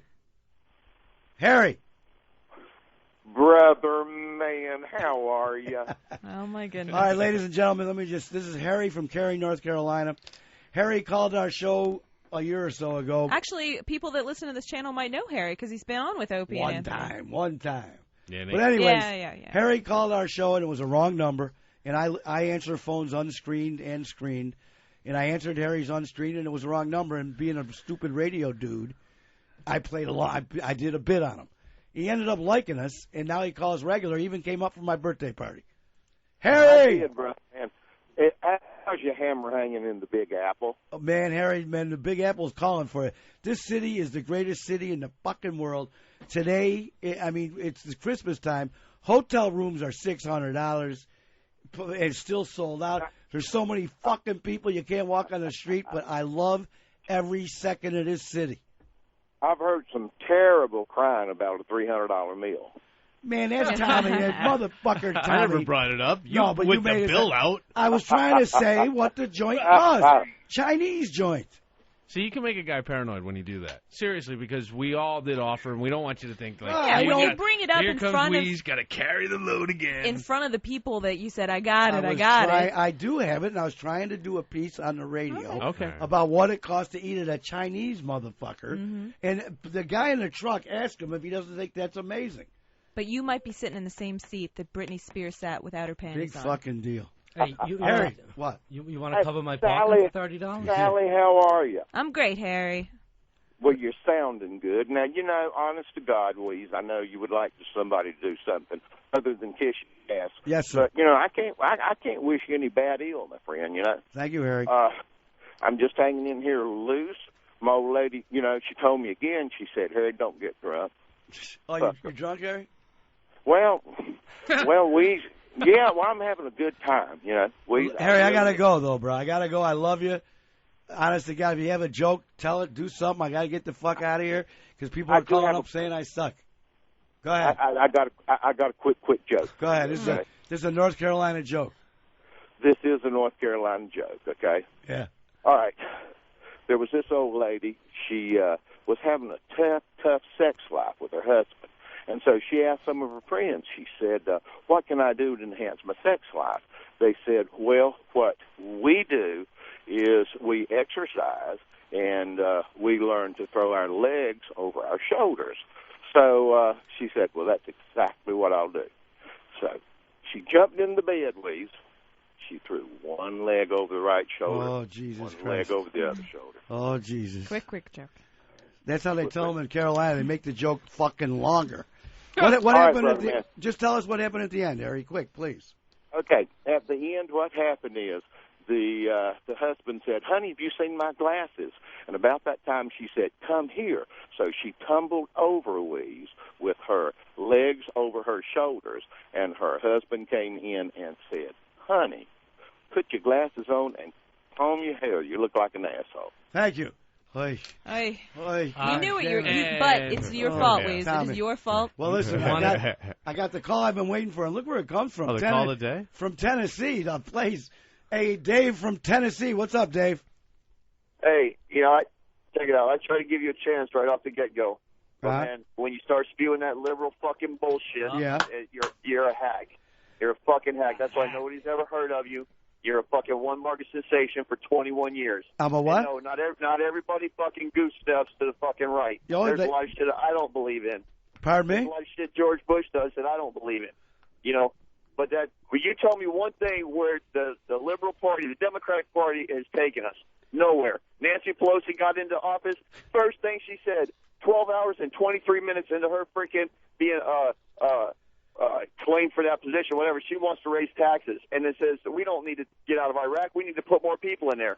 So you tell me, the Liberal Party's a fucking bunch of bitches. Why don't you come here and suck my dick, you conservative fucking moron? You're a fucking moron. Pot him down a minute. Pot him down a minute. He's a fucking moron, and this is what they do. These conservative cocksuckers do not want to hear anything from them. And he calls me up going, I'm a fucking hack because he disagrees with me politically. Fuck you, you moron. And Pelosi won a fucking election. And by the way, how come you're not saying anything about the fact that the Republican Congress, they just found out, did shit? And the Democrat Congress just said they're going to work 5 days a week, and the other one didn't. That it's the most do-nothing Congress in history. Pot him up, let him talk. There you go. There I go. What? I don't agree with everything. I'm not a Republican. I'm a fucking independent. But when you start spewing that shit and trying to say the left has all the answers, and they don't. Neither party has all Pat the it down a answers. second. I don't think he ever said No, that. pat it down. I'm only patting the guy down. By the way, conservative talk shows hang up on you. Pretend you're still there, by the way. They go, I appreciate the call. And you know what, you fucking asshole. And they go on and on. But see, what this guy is spewing to me, we never said any of those things. I never said liberals had all the answers. I didn't say anything of the You sort. never said you were a Democrat either. Pat him back up. Go ahead, boss, from Tennessee. Go ahead. What? I'm not hanging up. No, I know you're not. Get rid of me, motherfucker. Well, I can hang up on you anytime I want, but I'm not. Yeah, you could. You could. But like I said, I try to give you a chance, man. But don't. Why are you coming on your 3 hours of fame right off the bat, and you're spewing fucking liberal shit? If this is your 3 hours of fame, you're fucked. Hold on. Hey, bro, let me tell you something. I'm an old fucking guy with a great job. I'm going to brag. I made a whole fucking bunch of money with my broke down radio show. I have a phenomenal life. These 3 hours at 9 to midnight on satellite radio ain't my fucking claim to. This ain't shit, bruh. You understand? I'm having a good time. I get to say fuck, which for 21 years I couldn't, so it's kind of a good chuckle. I pissed off my bosses at home. That's kind of fun. But just think about this just for 1 second. Just give me this break. You're listening to a radio show, and because it's liberal and you don't like what I'm saying, you're going to call up and call me a hack? Suck my fucking dick. Open your mind. Listen, let me pat him down. Pat him down. I'm going to let him talk. But I just want to try and tell the guy, open his mind, hear what I have to say. If you don't like it, say, look at those assholes, and just hear what the information is. Tell him he should watch Bill Maher have a fucking heart attack. If everything we did tonight was exactly the same, but you were spewing conservative shit, would you be a hack? Oh, that's a good question. He's a one market. By the way, if I was spewing conservative shit, would I still be a hack? Yes. Why is that? You would. Why is that? Why are you getting on this platform and talking fucking political talk? I'll turn channel 167. Somebody asked. 166. Somebody called and asked. That's why we started talking about it. I called you a hack because, dude, I never heard of you. You've been on 21 years. You said. Yeah, same station. There's a reason why. Tell him. He's the laziest guy. That's true. He lives his life. He comes on. He talks about it. That's it. He's had offers to go to bigger cities and bigger places and had jobs and wouldn't go. He won't fly to L.A. and they wanted to hire him there. He's afraid to take the transcontinental flight. Listen, the bottom line is, I don't have to explain to you about, you want to do that baby shit and say you're a one market thing. Suck my fucking dick. The people in the radio business across the country know my show, know what I did with radio, know that I do the realest radio in the fucking world, and you can suck my dick because you don't like my liberal politics, and you're going to blame all that shit. Go be a happy hillbilly in Tennessee, you redneck, brainless fuck. And no trans fats ever. Well, first of all, I'm not even from there. That's what it says on the screen. I'm not a hillbilly. Where are you I from? will give you the benefit of the doubt. What? Go ahead. I'm from Miami, Florida. I'm from Miami, Florida. You're a native. You're a native of Miami. Yeah, but I moved up to Tennessee. You don't sound Cuban to me. No. Oh, yeah, okay, you got me on that one. Thank you. Or Haitian, right? Thank Hey, I got to give you the benefit of the doubt, though. I mean, it seems like you know your shit, but why haven't you expanded? Well, I guess you answered it because you're a lazy ass, but, just lay off on a political talk, man. I mean, I think I would listen. You ask us a question. Somebody called and asked us about Iraq. We started talking about it. Ask us a different question. We'll talk about something else. And plus, there's people all over the phone. I'm answering the phone and going to where they're at, just like your call. You're right, and I've taken up enough time. Thanks. Punching out. Thank you, honey. Motherfucker. You told me to remind you fungus feet. I'm afraid now. Well, fuck it's a good that. Story. Fuck that. I Let got me a hear good it. story. I want to hear it. When I got these calls. I got a fucking Fuck chest the pain. calls. That guy from Tennessee, he's a good boy. He's all right. All right, we got to take a break, right? We have to take a break. I'm not going to give the phone number because it's full. Yeah. But it's 866-969-1969. 866-969-1969. Don't forget, wait a minute, Nathan... Than and Sam.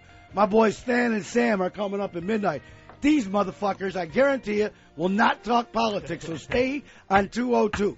Not a fucking politic. They're like 23, 24 years old. They're going to talk pussies and dicks. Am I right so far? Britney Spears, pussies, dicks, all that cool shit.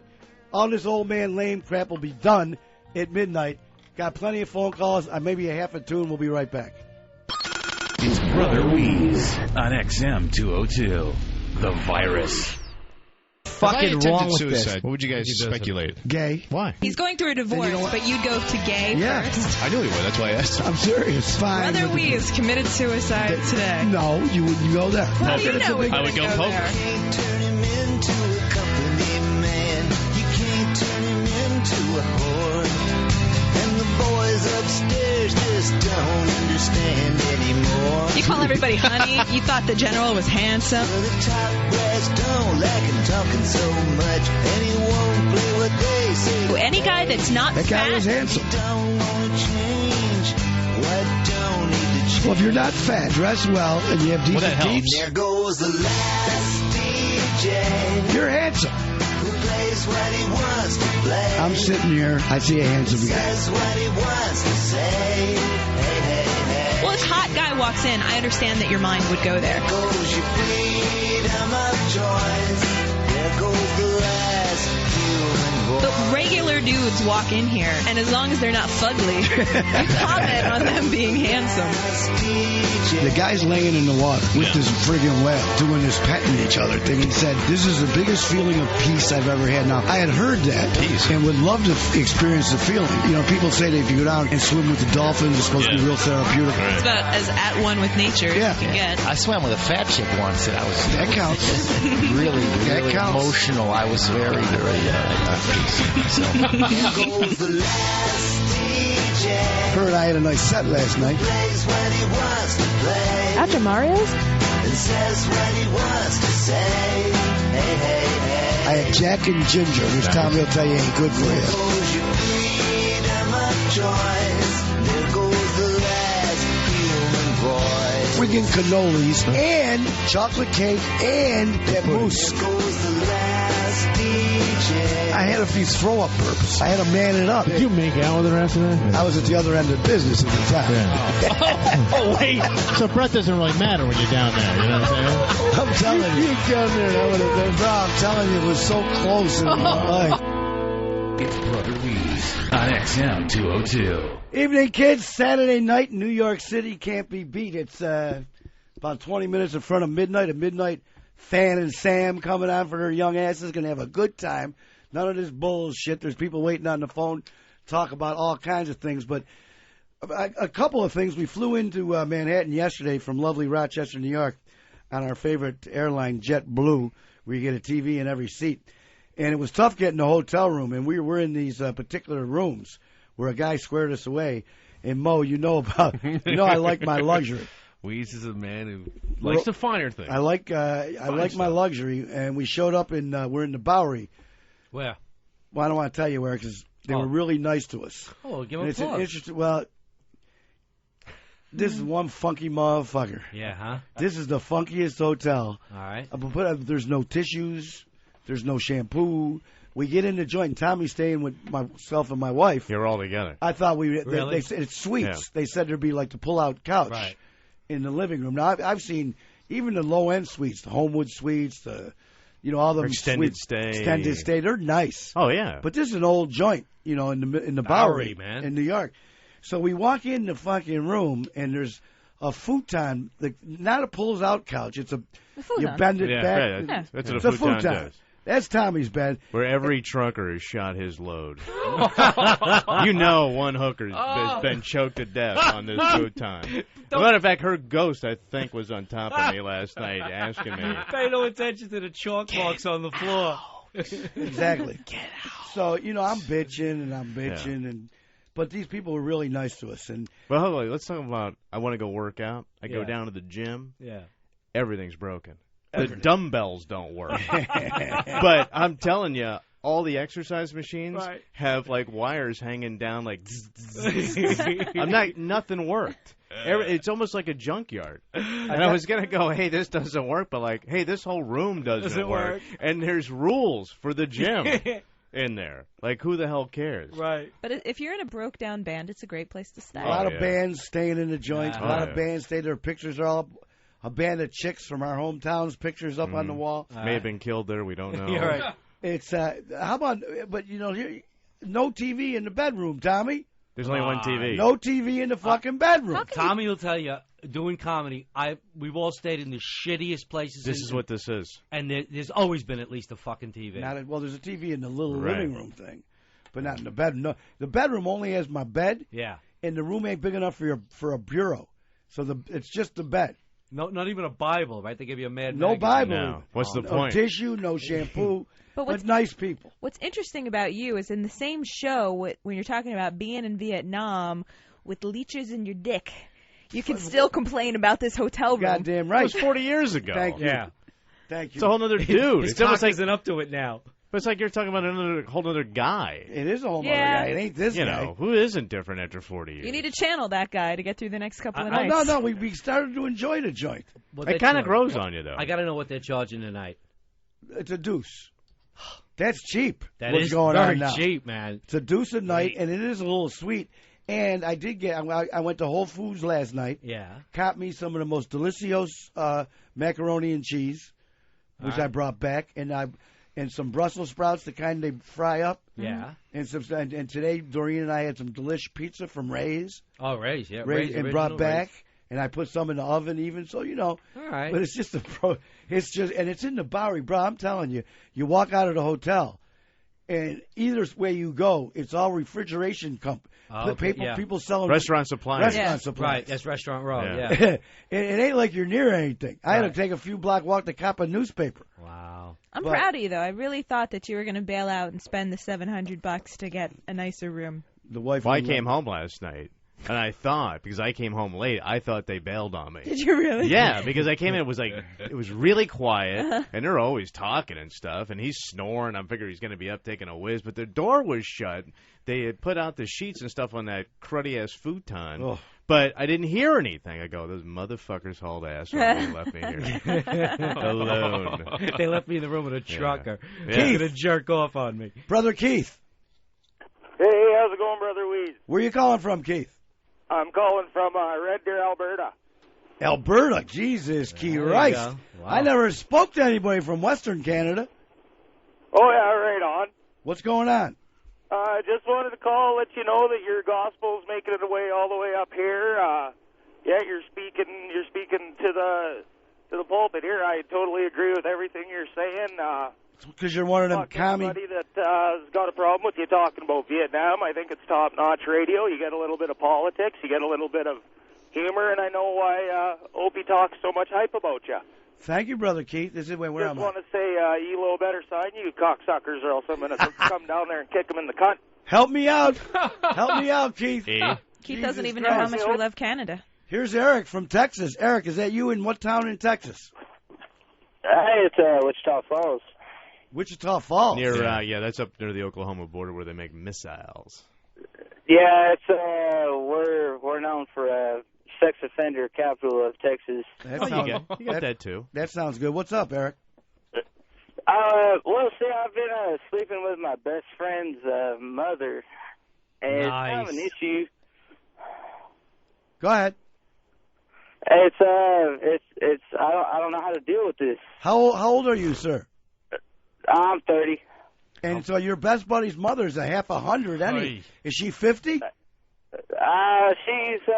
She's pushing about 55 maybe. Well, bro, how good can she look? Listen. No. I can't tell you how old I am because no one will listen anymore that listens to Opie. But I'm the oldest motherfucker you guys ever heard. And I've never banged a broad 50. And that's a fact. I mean, her purse has to be That's a softer. fact. Well, I mean, whatever works is what I'm thinking. Well, let me ask you this. I don't know how hard up you are, but I mean, are you in love or you just dig the pussy? No, it's just nailing the cougar. Oh, the cougar thing. Is it good pussy? Oh, fucking hey, dude. It's awesome. Now, here's what I want. If you're not treating the broad bad, you see, let me tell you, I'll give you a little tip from your Uncle Wease. If you're not treating the woman bad, A. B, if she's digging the dick and you guys are having a good time, C, your buddy ought to understand. His mother, let me finish. This is what I truly believe. I'm not lying to you. These kids know me. If someone was banging my mother back when she was dying for some dick, and my mother was dying, my mother, may she rest in peace, Shecky, we used to call her. Yeah. My mother, Shecky, when she got rid of my old man, I forgot how many. I bet you my mommy's pussy was so dry that because I'm telling you, for the last 30 years of her life, I don't think she got laid, and it's important. Seriously, it's important. And if one of my buddies was servicing my mom, I'd say, "Go ahead, brother." My mommy got a smile on her face. Go ahead. It gets better than that. I've been nailing his sister too. Now I'm This pissed. is bullshit. Now you're full. This is bullshit. No, it's It's Wichita his Falls. sister's It's the same person. 30, 35, something like that. Now you're telling me you're banging the sister and the mommy same week? No, just not consecutively. It's just I'm not saying it's happening at the same time. How many people live in your town? 20? Maybe there's nobody else to fuck. That might be. God damn. By the way, if you ever come to New York, we got a great hotel for you to stay at. I know. All three I you need can to, hang I out. need to hook up. All right, man, let me go. You're funny, dude. Let me tell you something, Wease. When I was 20 years old, I banged a woman who was 54. How was it? It was unfucking Good believable. lesson, good lesson. Unbelievable. That guy had a thing, man. That was a good deal. Where is this? Here's Dave from Boston. Dave, how you doing? Hey, what's up, brother? How are you, Dave? Hey, not too bad, man. I just don't understand where all these crybabies are coming from. Like this dude over here in Colorado. I mean, talking about topical. He sounds like he's talking about a hemorrhoid cream or something. Topical hemorrhoid cream. Yeah, I don't understand. Talk about something more topical, blah blah. I just don't get it. I just wanted to say something real quick. From one of the Jimmy Noren lines was, if you don't like XM, take your XM, flush it down the toilet, buy yourself a Sirius, go fuck your mother. Punching out. That sounds like Norton. Sounds like a lot of work. I like it. That's a lot of talking. It's a lot of fucking and flushing. Hold on a minute, because here is Mark from Illinois. Mark, what city? Equality, Illinois. It's a little bitty fucking 750 population. It's town. called Equality? No blacks. Yeah, I swear, I moved here from outside Springfield, Illinois. So what's going on, my brother? I just wanted to call. Tonight's the first time I've ever heard your show, and it's fucking amazing, man. I'm glad that there's a show that represents another side. You got all these fucking morons. It's like they're reading verbatim from Fox News manuscript, and they're idiots. They don't know what the fuck they're saying. You know what I love? Bullshit. You know what I love more than anything in the world? When I hear, once in my life, people talk about prejudice. People talk about prejudice. I have never been prejudiced in my life except for one thing, and it's something that was my problem, and it was rednecks. Whenever I heard people with a drawl, I automatically thought they were dicks, they were fucking necks, idiots, and of course I grew out of that. But I love when I hear someone with a little bit of a drawl at all being liberal. I love it because you don't. Look at your red states and your blue states. You can see where they are. Oh yeah. And you're from Illinois. You're from a little dinky town, and you read books and shit. Yeah, it just pisses me off. I mean, this cocksucker saying you're not being topical enough, and you're talking about Vietnam, Iraq, things that actually are relevant in our world today, things that actually fucking matter, our history. And you let him pick a topic, and this cocksucker brings up Britney fucking Spears. How stupid was that? That was the funniest shit in the world. Embarrassing. Yeah, it was funniest shit in the world. It just pisses me off. What's wrong with this fucking world today? And all these self-righteous, self-centered cocksuckers. The most important thing they can think about is fucking Britney Spears. And how are we going to go back on regular radio? Like how are we going to go back on regular radio after this shit? Very carefully. People calling up motherfucker. It might be over. Hey, this could be my sister-in-law. I don't know who else would call me to be this. Is it? Probably. Lorraine? Yo, bro. Hey, nut man. Getting the family My close. wife's sister. Yo. You don't have a satellite radio, honey? We have XM, baby. We get it in the car so we can get it on the computer. Just calling to tell you guys sound awesome. Thank you. And I wish I could listen to you every week. You guys are doing an awesome job. It's my sister-in-law who fucks my house up every Thanksgiving with her goddamn family, her husband and 3 fucking kids, the Magarachis, come flying in. When you said who fucks Well, after that last I kid. heard the Uncle Wease advice to one of the previous callers. I really think my son Joseph won't be spending many more weekends alone up there. By the way, her son, yeah. Her son who's 14, how old is he? 14. 14. He had to watch the movie of our roast. Oh yeah, he heard about his aunt. Apple surprise. And godmother. We're getting ready to get thrown off. Lorraine, I love you, honey. You got to grab line 1. Night, I got to grab line 1. Oh, good. About time. Hey, Bill. Oh, Oh, Yo. Bill, you know what? This is so cool. We've been on the air for 3 hours. That's a tree. And you're finally the guy we've been waiting for. What do you know, Bill? I don't know if that's good or bad. Yeah, it's great. We've been waiting for your call. Look, man, I hope it's not indicative of your regular show, but, man, it's just not happening for me. Well, how long did you listen, Bill? It's been probably on and off for about an hour now. What the fuck? You got nothing better to do than listen to the radio late Saturday night, Bill? I got a lot better to do. I was just doing it a favor, you know? I mean, I figured, Wait, you know. who you doing a favor? Who you doing a favor to? You know what? You're right. That's a good question. Probably Thank you. Nobody. Thank you. Yeah. Who? I mean, in all honesty, Bill, who did you think you were doing a favor to? Opie?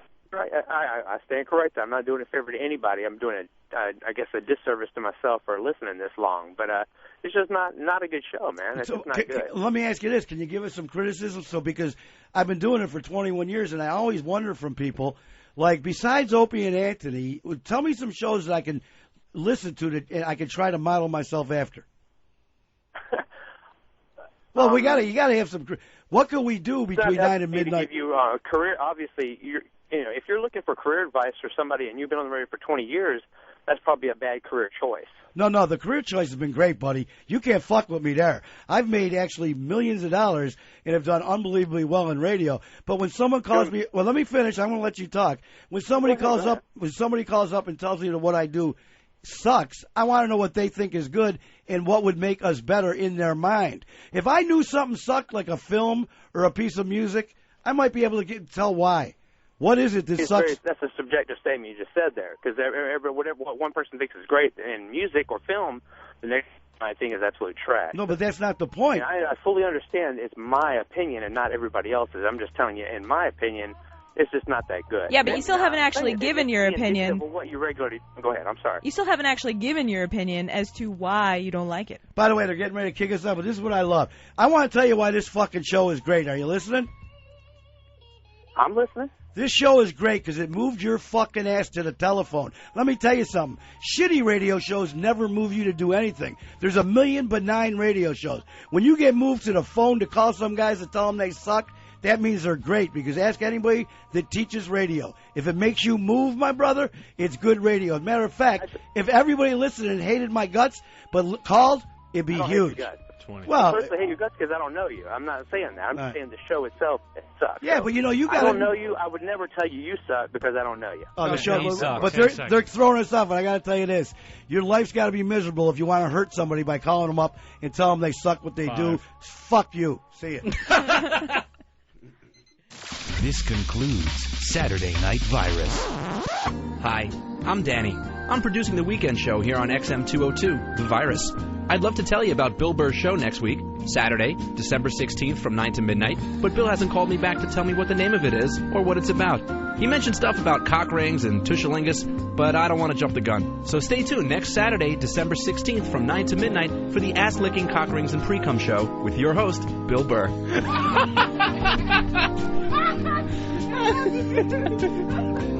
Bill, if you want to change the name of the show, give me a call.